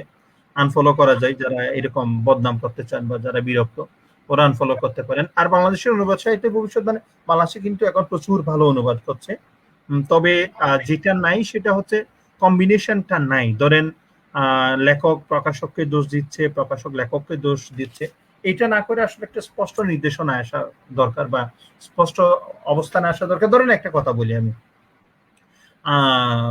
আপনার বই বিক্রি হচ্ছে না, মানে অনুবাদক হিসেবে বা লেখক হিসেবে আপনি সফল না, সেটা তো একটা অন্য ব্যাপার। তো এখন যেটা যেই জায়গায় আসতে হবে সেটা হচ্ছে বই বিক্রি হোক বা না হোক, কম বিক্রি হোক বা বেশি বিক্রি হোক, পড়া হচ্ছে কিনা এটা একটা চিন্তা করতে হবে এক। দ্বিতীয় কথা হচ্ছে প্রকাশক এবং লেখকের মধ্যে একটা ভালো যোগাযোগ হচ্ছে কিনা। ভালো যোগাযোগটা থাকলে আমার মনে হয় যে ব্যাপারটা কাজগুলো অনেক দূর এগোবে। নাইলে ধরেন এক পক্ষ বলতে থাকবে যে আমার লেখা বিক্রি করে উনি খাচ্ছেন, আর এরা বলবে যে আমি লেখা প্রকাশ করেছি বলে তুমি আজকে লেখো, মানে তাহলে দুই দিক থেকে একটা ব্লেম গেমিং এর মধ্যে চলবে ব্যাপারটা। এই জন্য আমার যেটা দরকার সেটা হচ্ছে কাজে তো ইনসেন্টিভ দরকার, যে কোনো কাজে। সেটা আপনি বই প্রকাশ করবেন, আপনাকে বই বিক্রি করতে হবে, বই বিক্রি না হলে আপনার ভালো লাগবে না। তো তদ্রুপ ধরেন যে আহ অনুবাদের কথাটা আমি বলি, এমনিতে ধরেন আপনি যদি কারো কাছ থেকে ফরমাইশি অনুবাদ করা হয় আর কি, ফরমাইশি অনুবাদের ক্ষেত্রে আপনি 5 পাতা অনুবাদ করে দিলে 5,000 টাকা পাবেন। আপনার সামাজিক অবস্থান বা দক্ষতা হিসাব করলে আর কি। তো এই জায়গায় একটা মানুষের আক্ষেপ থাকে, ধরুন আপনি পুরো একটা বই করেও একটা 5 টাকার ঈদ কার্ড পেলেন না কথার কথা, বা 50 পয়সার একটা SMS পেলেন না, যে আপনাকে আপনার প্রকাশক বা আপনার পাঠক কেউ বললো না যে আপনাকে ধন্যবাদ বা অ্যাপ্রিশিয়েট করলো না। এই জায়গায় আমরা খুব মাইচার, মানে খুব কৃপণ এই জায়গাটা। এই জায়গাটা থেকে বেরিয়ে না আসলে আসলে আমাদের কাজ খুব একটা এটা আমার মনে হয় সব ক্ষেত্রে, শুধুমাত্র যে বইয়ের ক্ষেত্রে আমরা কোনো ভালো বিষয়গুলোর অ্যাপ্রিশিয়েট করতে যাই না, এটা আমাদের মনে হয় একটা, বা আমরা মনে করি যে এটা না করলে তো হয়, এরকম একটা ব্যাপার। ধরেন আমি একেবারে মানে মন খুলে বলতে পারি যে ধরেন আপনি কোনো কিছুই করলেন না, তো ধরেন ঈদ যায়, পুজো যায়, পার্বণ যায়, শুভেচ্ছার একটা ব্যাপারও থাকতে পারে, যে একটা অনেক সময় বলে না লেখক প্রকাশক যোগাযোগটা ভালো মতো নাই। ধরেন আপনি আমাকে বললেন যে আলমগীর ভাই ঈদ মোবারক, বা একজন লিখলো যে ঈদ মোবারক, আমি আপনার একজন পাঠক, তাহলে আমি বলবো যে হ্যাঁ আমার খুব ভালো লেগেছে কাজ করতে পেরে, যে একজন মানুষ আমাকে অ্যাটলিস্ট শুভেচ্ছা জানিয়েছে। আমরা, আমার মনে হয় এই জায়গায় খুব কৃপণ, আমরা নিজেরা কাজ করি না, আরেকজন করলে তাকে এমন একটা নিষ্ক্রিয় ভাব দেখায় যাতে বলে যে এই বেটাও আমাদের মতো না করুক, মানে কল্য স্বীকৃতি না দেওয়াটা আর কি, যেটা আমাদের শিক্ষকদের মধ্যে প্রকট। মানে আমরা শিক্ষকরা আমাদের সহকর্মী বা আমাদের ছাত্ররাও শিক্ষক হয়, আমরা অনেকে ছাত্র, মানে আমাদের শিক্ষকরা আছেন। আমার মনে হয় যে আমরা ওই জায়গায় খুব কৃপণ, যে আমরা প্রশংসাটুকু করতে চাই না, নিন্দা পারলে করি। এবং একজনের ভালো হচ্ছে কেন এটা আমরা আসলে, হ্যাঁ এটা তো হচ্ছে পদে পদে ঠেকাবে, যে আপনার এটা হচ্ছে লেখক বা অনুবাদক সে যেই হোক, শিক্ষক হোক, মানে ভালো কোনো কাজ করা হচ্ছে আসলে ওই ইয়াদের মতো, মানে যারা গোল করে ওদের মতো, মানে যে যার মিডফিল্ডারদের কথাই ধরেন, তাকে তো ওই জায়গা থেকে আটকানো, সবাই চায় যে ওকে আটকানোটা, মানে কিভাবে খেলতে না দেওয়া যায় এরকম, তারপরেও তো গোল করতে হবে, খেলতে হবে, স্কোর করতে হবে, এরকম। আচ্ছা, একটা প্রশ্ন আছে, প্রশ্নটা হচ্ছে আমরা খেয়াল করে দেখলাম যে আমাদের দেশে যারা অনুবাদ করেন, তো তাদের মধ্যে কিছু বই অনুবাদ করার পরে, অনুবাদ দিয়ে শুরু, তারপরে আমরা স্বতন্ত্র সেই লেখকের বই দেখতে পাই। তো এই ক্ষেত্রে আমরা আলমগীর ভাইয়ের সেরকম কোনো বই পাচ্ছি কিনা? আমার ওই সাহস নাই, তবে আমার যেটা ইচ্ছা সেটা হচ্ছে ওই একটা কাজ আমি এগিয়েছি, সেটা হচ্ছে প্রবচন না ঠিক বা প্রবচন না ঠিক, কিন্তু একটা বিষয়কে আমি কিভাবে দেখি, ধরেন মা, ওই যে আমি মাঝে মধ্যে লিখি যেটা বিতর্কিত আমার হয়, যে মা সন্তানের প্রথম দুর্নীতি শিক্ষা দেয়, যে কারণ স্বজন প্রীতি শিক্ষা দেয় প্রথমে মা, নিজের সন্তান ছাড়া। আমরা ধরেন আমার ছেলেকে আমি খুব দেখতে পারি, জানে আলমের ছেলেটাকে পারলে ধাক্কা দিয়ে আমার ছেলেটাকে বসাই দিই, আমরা বাবা মা হিসেবে ওরকম। আমি এই জায়গাগুলো দেখি, মানে সমাজের ফাঁক ফোকর গুলো, জীবনে তো কম কষ্ট পাইনি, মানে সামাজিক সম্পর্কগুলো তো নানা স্তরে দেখে আসছি। আমার যেটা চিন্তা সেটা হচ্ছে ধরেন কোন একদিন সুযোগ হলে আমি কিভাবে দেখি, যে আমার কথা মালা বলি আর কি, আমি যেটা, আমার কথা তো কোনো দাম নাই, হ্যাঁ আমি যেটা যেভাবে দেখি আর কি, ব্যক্তি সম্পর্ক, মানব সম্পর্ক, সামাজিক সম্পর্কগুলো বা জীবনকে আমি যেভাবে দেখি, ওই বিষয়ে ধরেন যে ধরেন আমি বললাম যে মা বা বাবা বা শ্বশুর বা শাশুড়ি বা স্বামী, এই বিষয়গুলোকে আমি কিভাবে দেখি, শিক্ষক কিভাবে দেখি। আমি একবার বলছিলাম যে শিক্ষক ইনি বই পড়েন কম, পড়তে বলেন বেশি, এরকম একটা ডেফিনিশনের মতো আলাপ তুলেছিলাম। এই জাতীয় একটা কিছু করার কথা, মানে করার চিন্তা আছে, যেটা যে কাজটা আসলে আমি নিজে করব, মানে নিজে করব, মানে এই জায়গায় প্রকাশকের উপর দায় চাপাবো না, মানে প্রকাশকের ফাইন্যান্সিয়াল ইয়া করার দরকার নেই, এই জায়গাটা আমি নিজে করব, মানুষের ভালো লাগলে মানুষ পড়বে। ব্যক্তি ওই আপনার যে প্রশ্নটা, যে অনুবাদক হিসেবে শুরু, লেখক হিসেবে হওয়া, লেখক হইতে গেলে ভাই আমি আগে বলেছি কবি হওয়ার মতো আমার প্রতিভা নাই, ও গল্প উপন্যাস লেখার মতো ধৈর্য বা পাঠকরা কিন্তু বিশ্বাস করে, আপনি পাঠকরা বিশ্বাস করে, সেটা করতে পারে, সেটা করলে তো ভালো লাগে, এবং তাদের নিশ্চয়ই আপনার প্রতি অনেক আশা আছে। আশা আস্থা থাকতে পারে। আরেকটা ব্যাপার হচ্ছে এটা যেহেতু লাইভ অনুষ্ঠান, আমাকে কষ্ট করে ডাকা হয়েছে, বলে যে একটু প্রশংসা না করলে তো বেচারা আবার মনে মনে কষ্ট পাবে, সে কারণে হতে পারে, সেটা না। এমনিতে ব্যাপারটা হচ্ছে ধরেন স্বতন্ত্র লেখক না হইও, মানে স্বতন্ত্র মানে হচ্ছে ওই যে তথাকথিত মৌলিক লেখা না লিখে, ওই যে জীবনানন্দ দাশের লেখা চুরি না করে বা হুমায়ুন আহমেদকে চুরি না করেও চুরি করে লেখক হওয়া চেয়ে আসলে আমার যেটা মনে হয় সেটা হচ্ছে জগতে অনেক কিছু আছে যেটা বাংলা ভাষায় পাঠকের কাছে পৌঁছে দেওয়া সম্ভব। নিশ্চয়ই। আমরা শেষ দুইটা প্রশ্ন নিব দর্শকদের। আরো প্রশ্ন নিবেন? আচ্ছা নেন। শেষ দুইটা। আপনার ছাত্র রফিকুল ইসলাম আবার প্রশ্ন করেছেন যে লিটারেচার পড়ে ধর্মীয় আধ্যাত্মিক জ্ঞান অর্জন করা কঠিন, এ ব্যাপারে অভিমত কি? লিটারেচার পড়ে ধর্মীয়, আবার প্রশ্নটা দেখান। ওকে। লিটারেচার পড়ে ধর্মীয় আধ্যাত্মিক জ্ঞান অর্জন করা কঠিন এ ব্যাপারে। আমার মনে হয় যে কঠিন না। সেটা হচ্ছে ধরেন লিটারেচার সম্পর্কে আসলে আমাদের ইংরেজি, ও তো ইংরেজির ছাত্র, আমরাও ইংরেজির ছাত্র, তো আমাদের একটা কনফ্লিক্ট আছে। সেটা হচ্ছে ইংরেজিতে লিখলে বাইবেল থেকে আপনি প্রচুর এলুশন বা রেফারেন্স দেন, কোনো সমস্যা নাই, কিন্তু বাংলায় লিখলে কেউ যদি কোরআন থেকে বা বাইবেল থেকে বলে, বা বাইবেল থেকে বললেও সুবিধা নেই, আপনি মুসলমান কোরআন থেকে প্রধান দেশে মুসলিম মানে মুসলিম যে কান্ট্রি গুলো আছে ওখানে কোরআন থেকে লিখলে আপনি তখন একটু অসাম্প্রদায়িক। আবার ধরেন আপনি মহাভারত থেকে লিখলে তখন বলে যে এই হিন্দু রেফারেন্স দিচ্ছে, এরকম ব্যাপারটা আসলে এরকম না। ইংরেজি সাহিত্যের যে ক্যানন গুলো বেশিরভাগ কিন্তু বাইবেল কেন্দ্রিক, মানে ইংরেজি সাহিত্যের মূল যে লেখাগুলো বেশিরভাগেরই রেফারেন্স কিন্তু বাইবেল থেকে আসছে। বাইবেল হচ্ছে ওদের মানে জননী বলা যায় আর কি পড়ালেখার ক্ষেত্রে। তা আমার যেটা মনে হয় রফিক যেটা করতে পারো সেটা হচ্ছে তুমি লিটারেচার এবং তোমার আধ্যাত্মিক জ্ঞানের মধ্যে দ্বন্দ্ব আছে কিনা বা ধর্মের দ্বন্দ্ব আছে কিনা সেই আলাপে না গিয়ে তুমি প্রচুর রুমির কবিতা বা রুমির লেখা পড়তে পারো। আমার মনে হয় যে একটা সমাধানে পৌঁছতে পারে। এটা একটা সমাধানে পড়তে পারে নিশ্চয়ই। আর আরেকজন প্রশ্ন করেছেন যে তার আফ্রিকান লিটারেচার কি সামনে অনুবাদ করার ইচ্ছা আছে?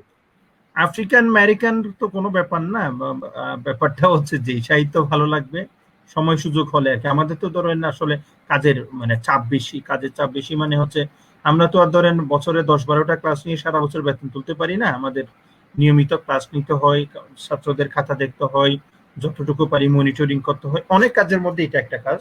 আবার এই কাজে বললাম যে একটা এসএমএস করে শুভেচ্ছা জানানোটা হয় না, তো যেটা হয় আর কি। তো এই কাজটা আসলে যতটুকু পারা যায় নিজের অন্য কাজগুলো গুছিয়ে, এটাও একটা অন্যতম কাজ, এটা আমার প্যাশনের জায়গা, যেটা করতে না পারলে আমি দুটো জিনিস করতে না পারলে খুব কষ্ট পাই, সেটা হচ্ছে পড়তে এবং লিখতে না পারলে, আর একটা ব্যাপার হচ্ছে মানুষের সাথে বেরিয়ে আলাপ করতে না পারলে, এই দুটো ব্যাপারে খুব কষ্ট হয়। আর হচ্ছে এখন যে কষ্টটা সবচেয়ে বেশি সেটা হচ্ছে প্রত্যেকদিন ক্লাস নিচ্ছে অনলাইনে, তা আমার যেটা ফিরে যেতে ইচ্ছে করে, আমার ক্লাসরুমে ফিরে যেতে ইচ্ছে করে, কারণ ওই জায়গাটা তারা হচ্ছে পরিশ্রম হয় না, মানে পরিশ্রম হয় ক্লান্তি আসে, ক্লাসরুমে যেতে পারলে পরিশ্রম হয়, ওই ক্লান্তিটা উবে যায়। ক্লান্তিটা আসে না নিশ্চয়। আমরা অনুষ্ঠানের একদম শেষ পর্যায়ে চলে এসেছি, তো এই পর্যায়ে আপনি আপনার পাঠকদের প্রতি যদি কিছু বলার থাকে। পাঠকদের প্রতি ধন্যবাদ যে আমার মতো ধরেন অজপাড়া থেকে উঠে আসা, এখন ধরেন শহরে থাকি সেটা অন্য ব্যাপার। আমরা তো আমার বাড়ি যেখানে বা আমরা যেখান থেকে উঠে আসছি কোনোদিন কল্পনা করি না যে ছাপার অক্ষরে নিজের নামটা দেখা হবে।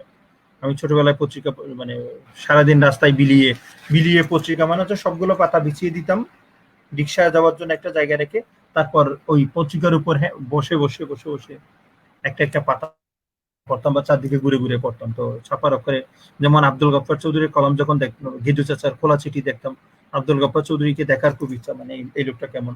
তারপরে শামসুর রহমান তখন লিখতেন, তারপর হুমায়ুন আহমেদের লেখা দেখতাম, পত্রিকায় লেখা যখন দেখতাম তখন খুব ইচ্ছে হতো যে মনে হয় পত্রিকায়, সেটা তো না, পত্রিকায় যে একটা কোনদিন ছবি দেখবো সেই ইচ্ছে তো ছিল প্রবল।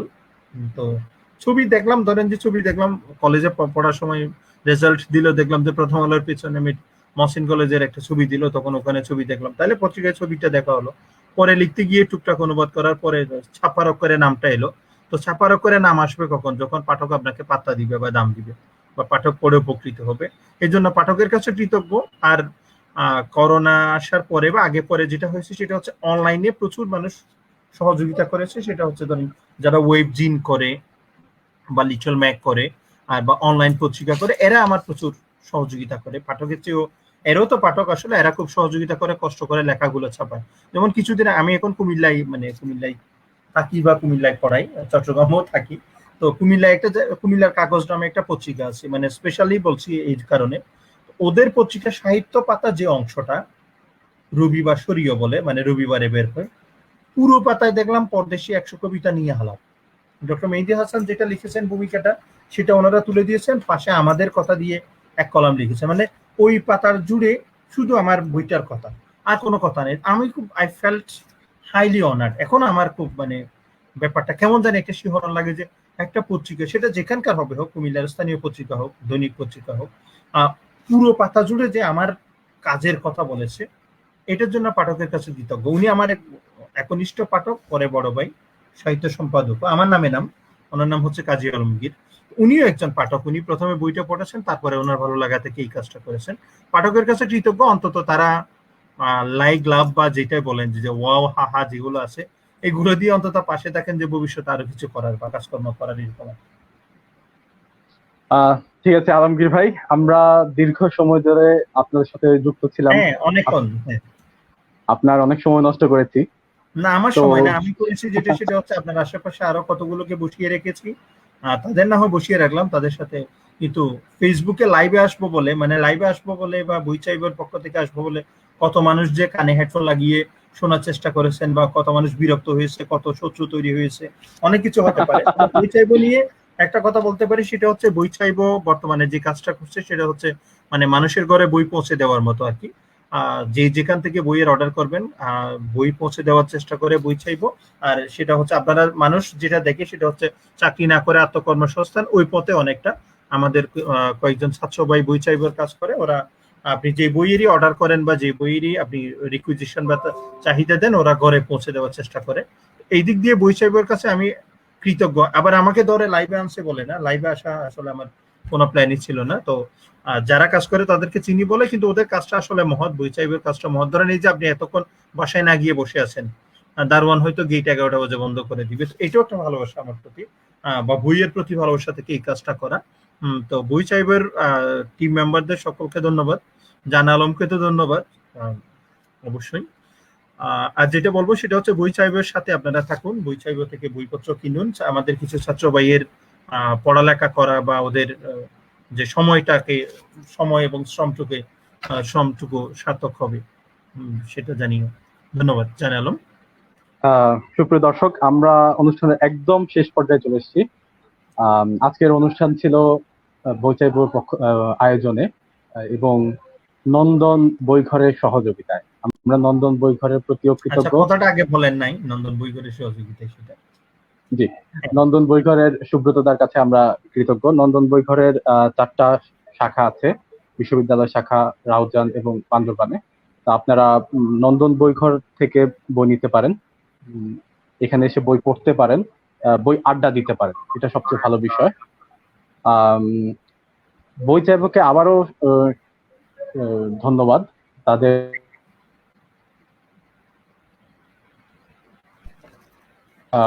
দুঃখিত, একটু ইন্টারনেট সমস্যা ছিল।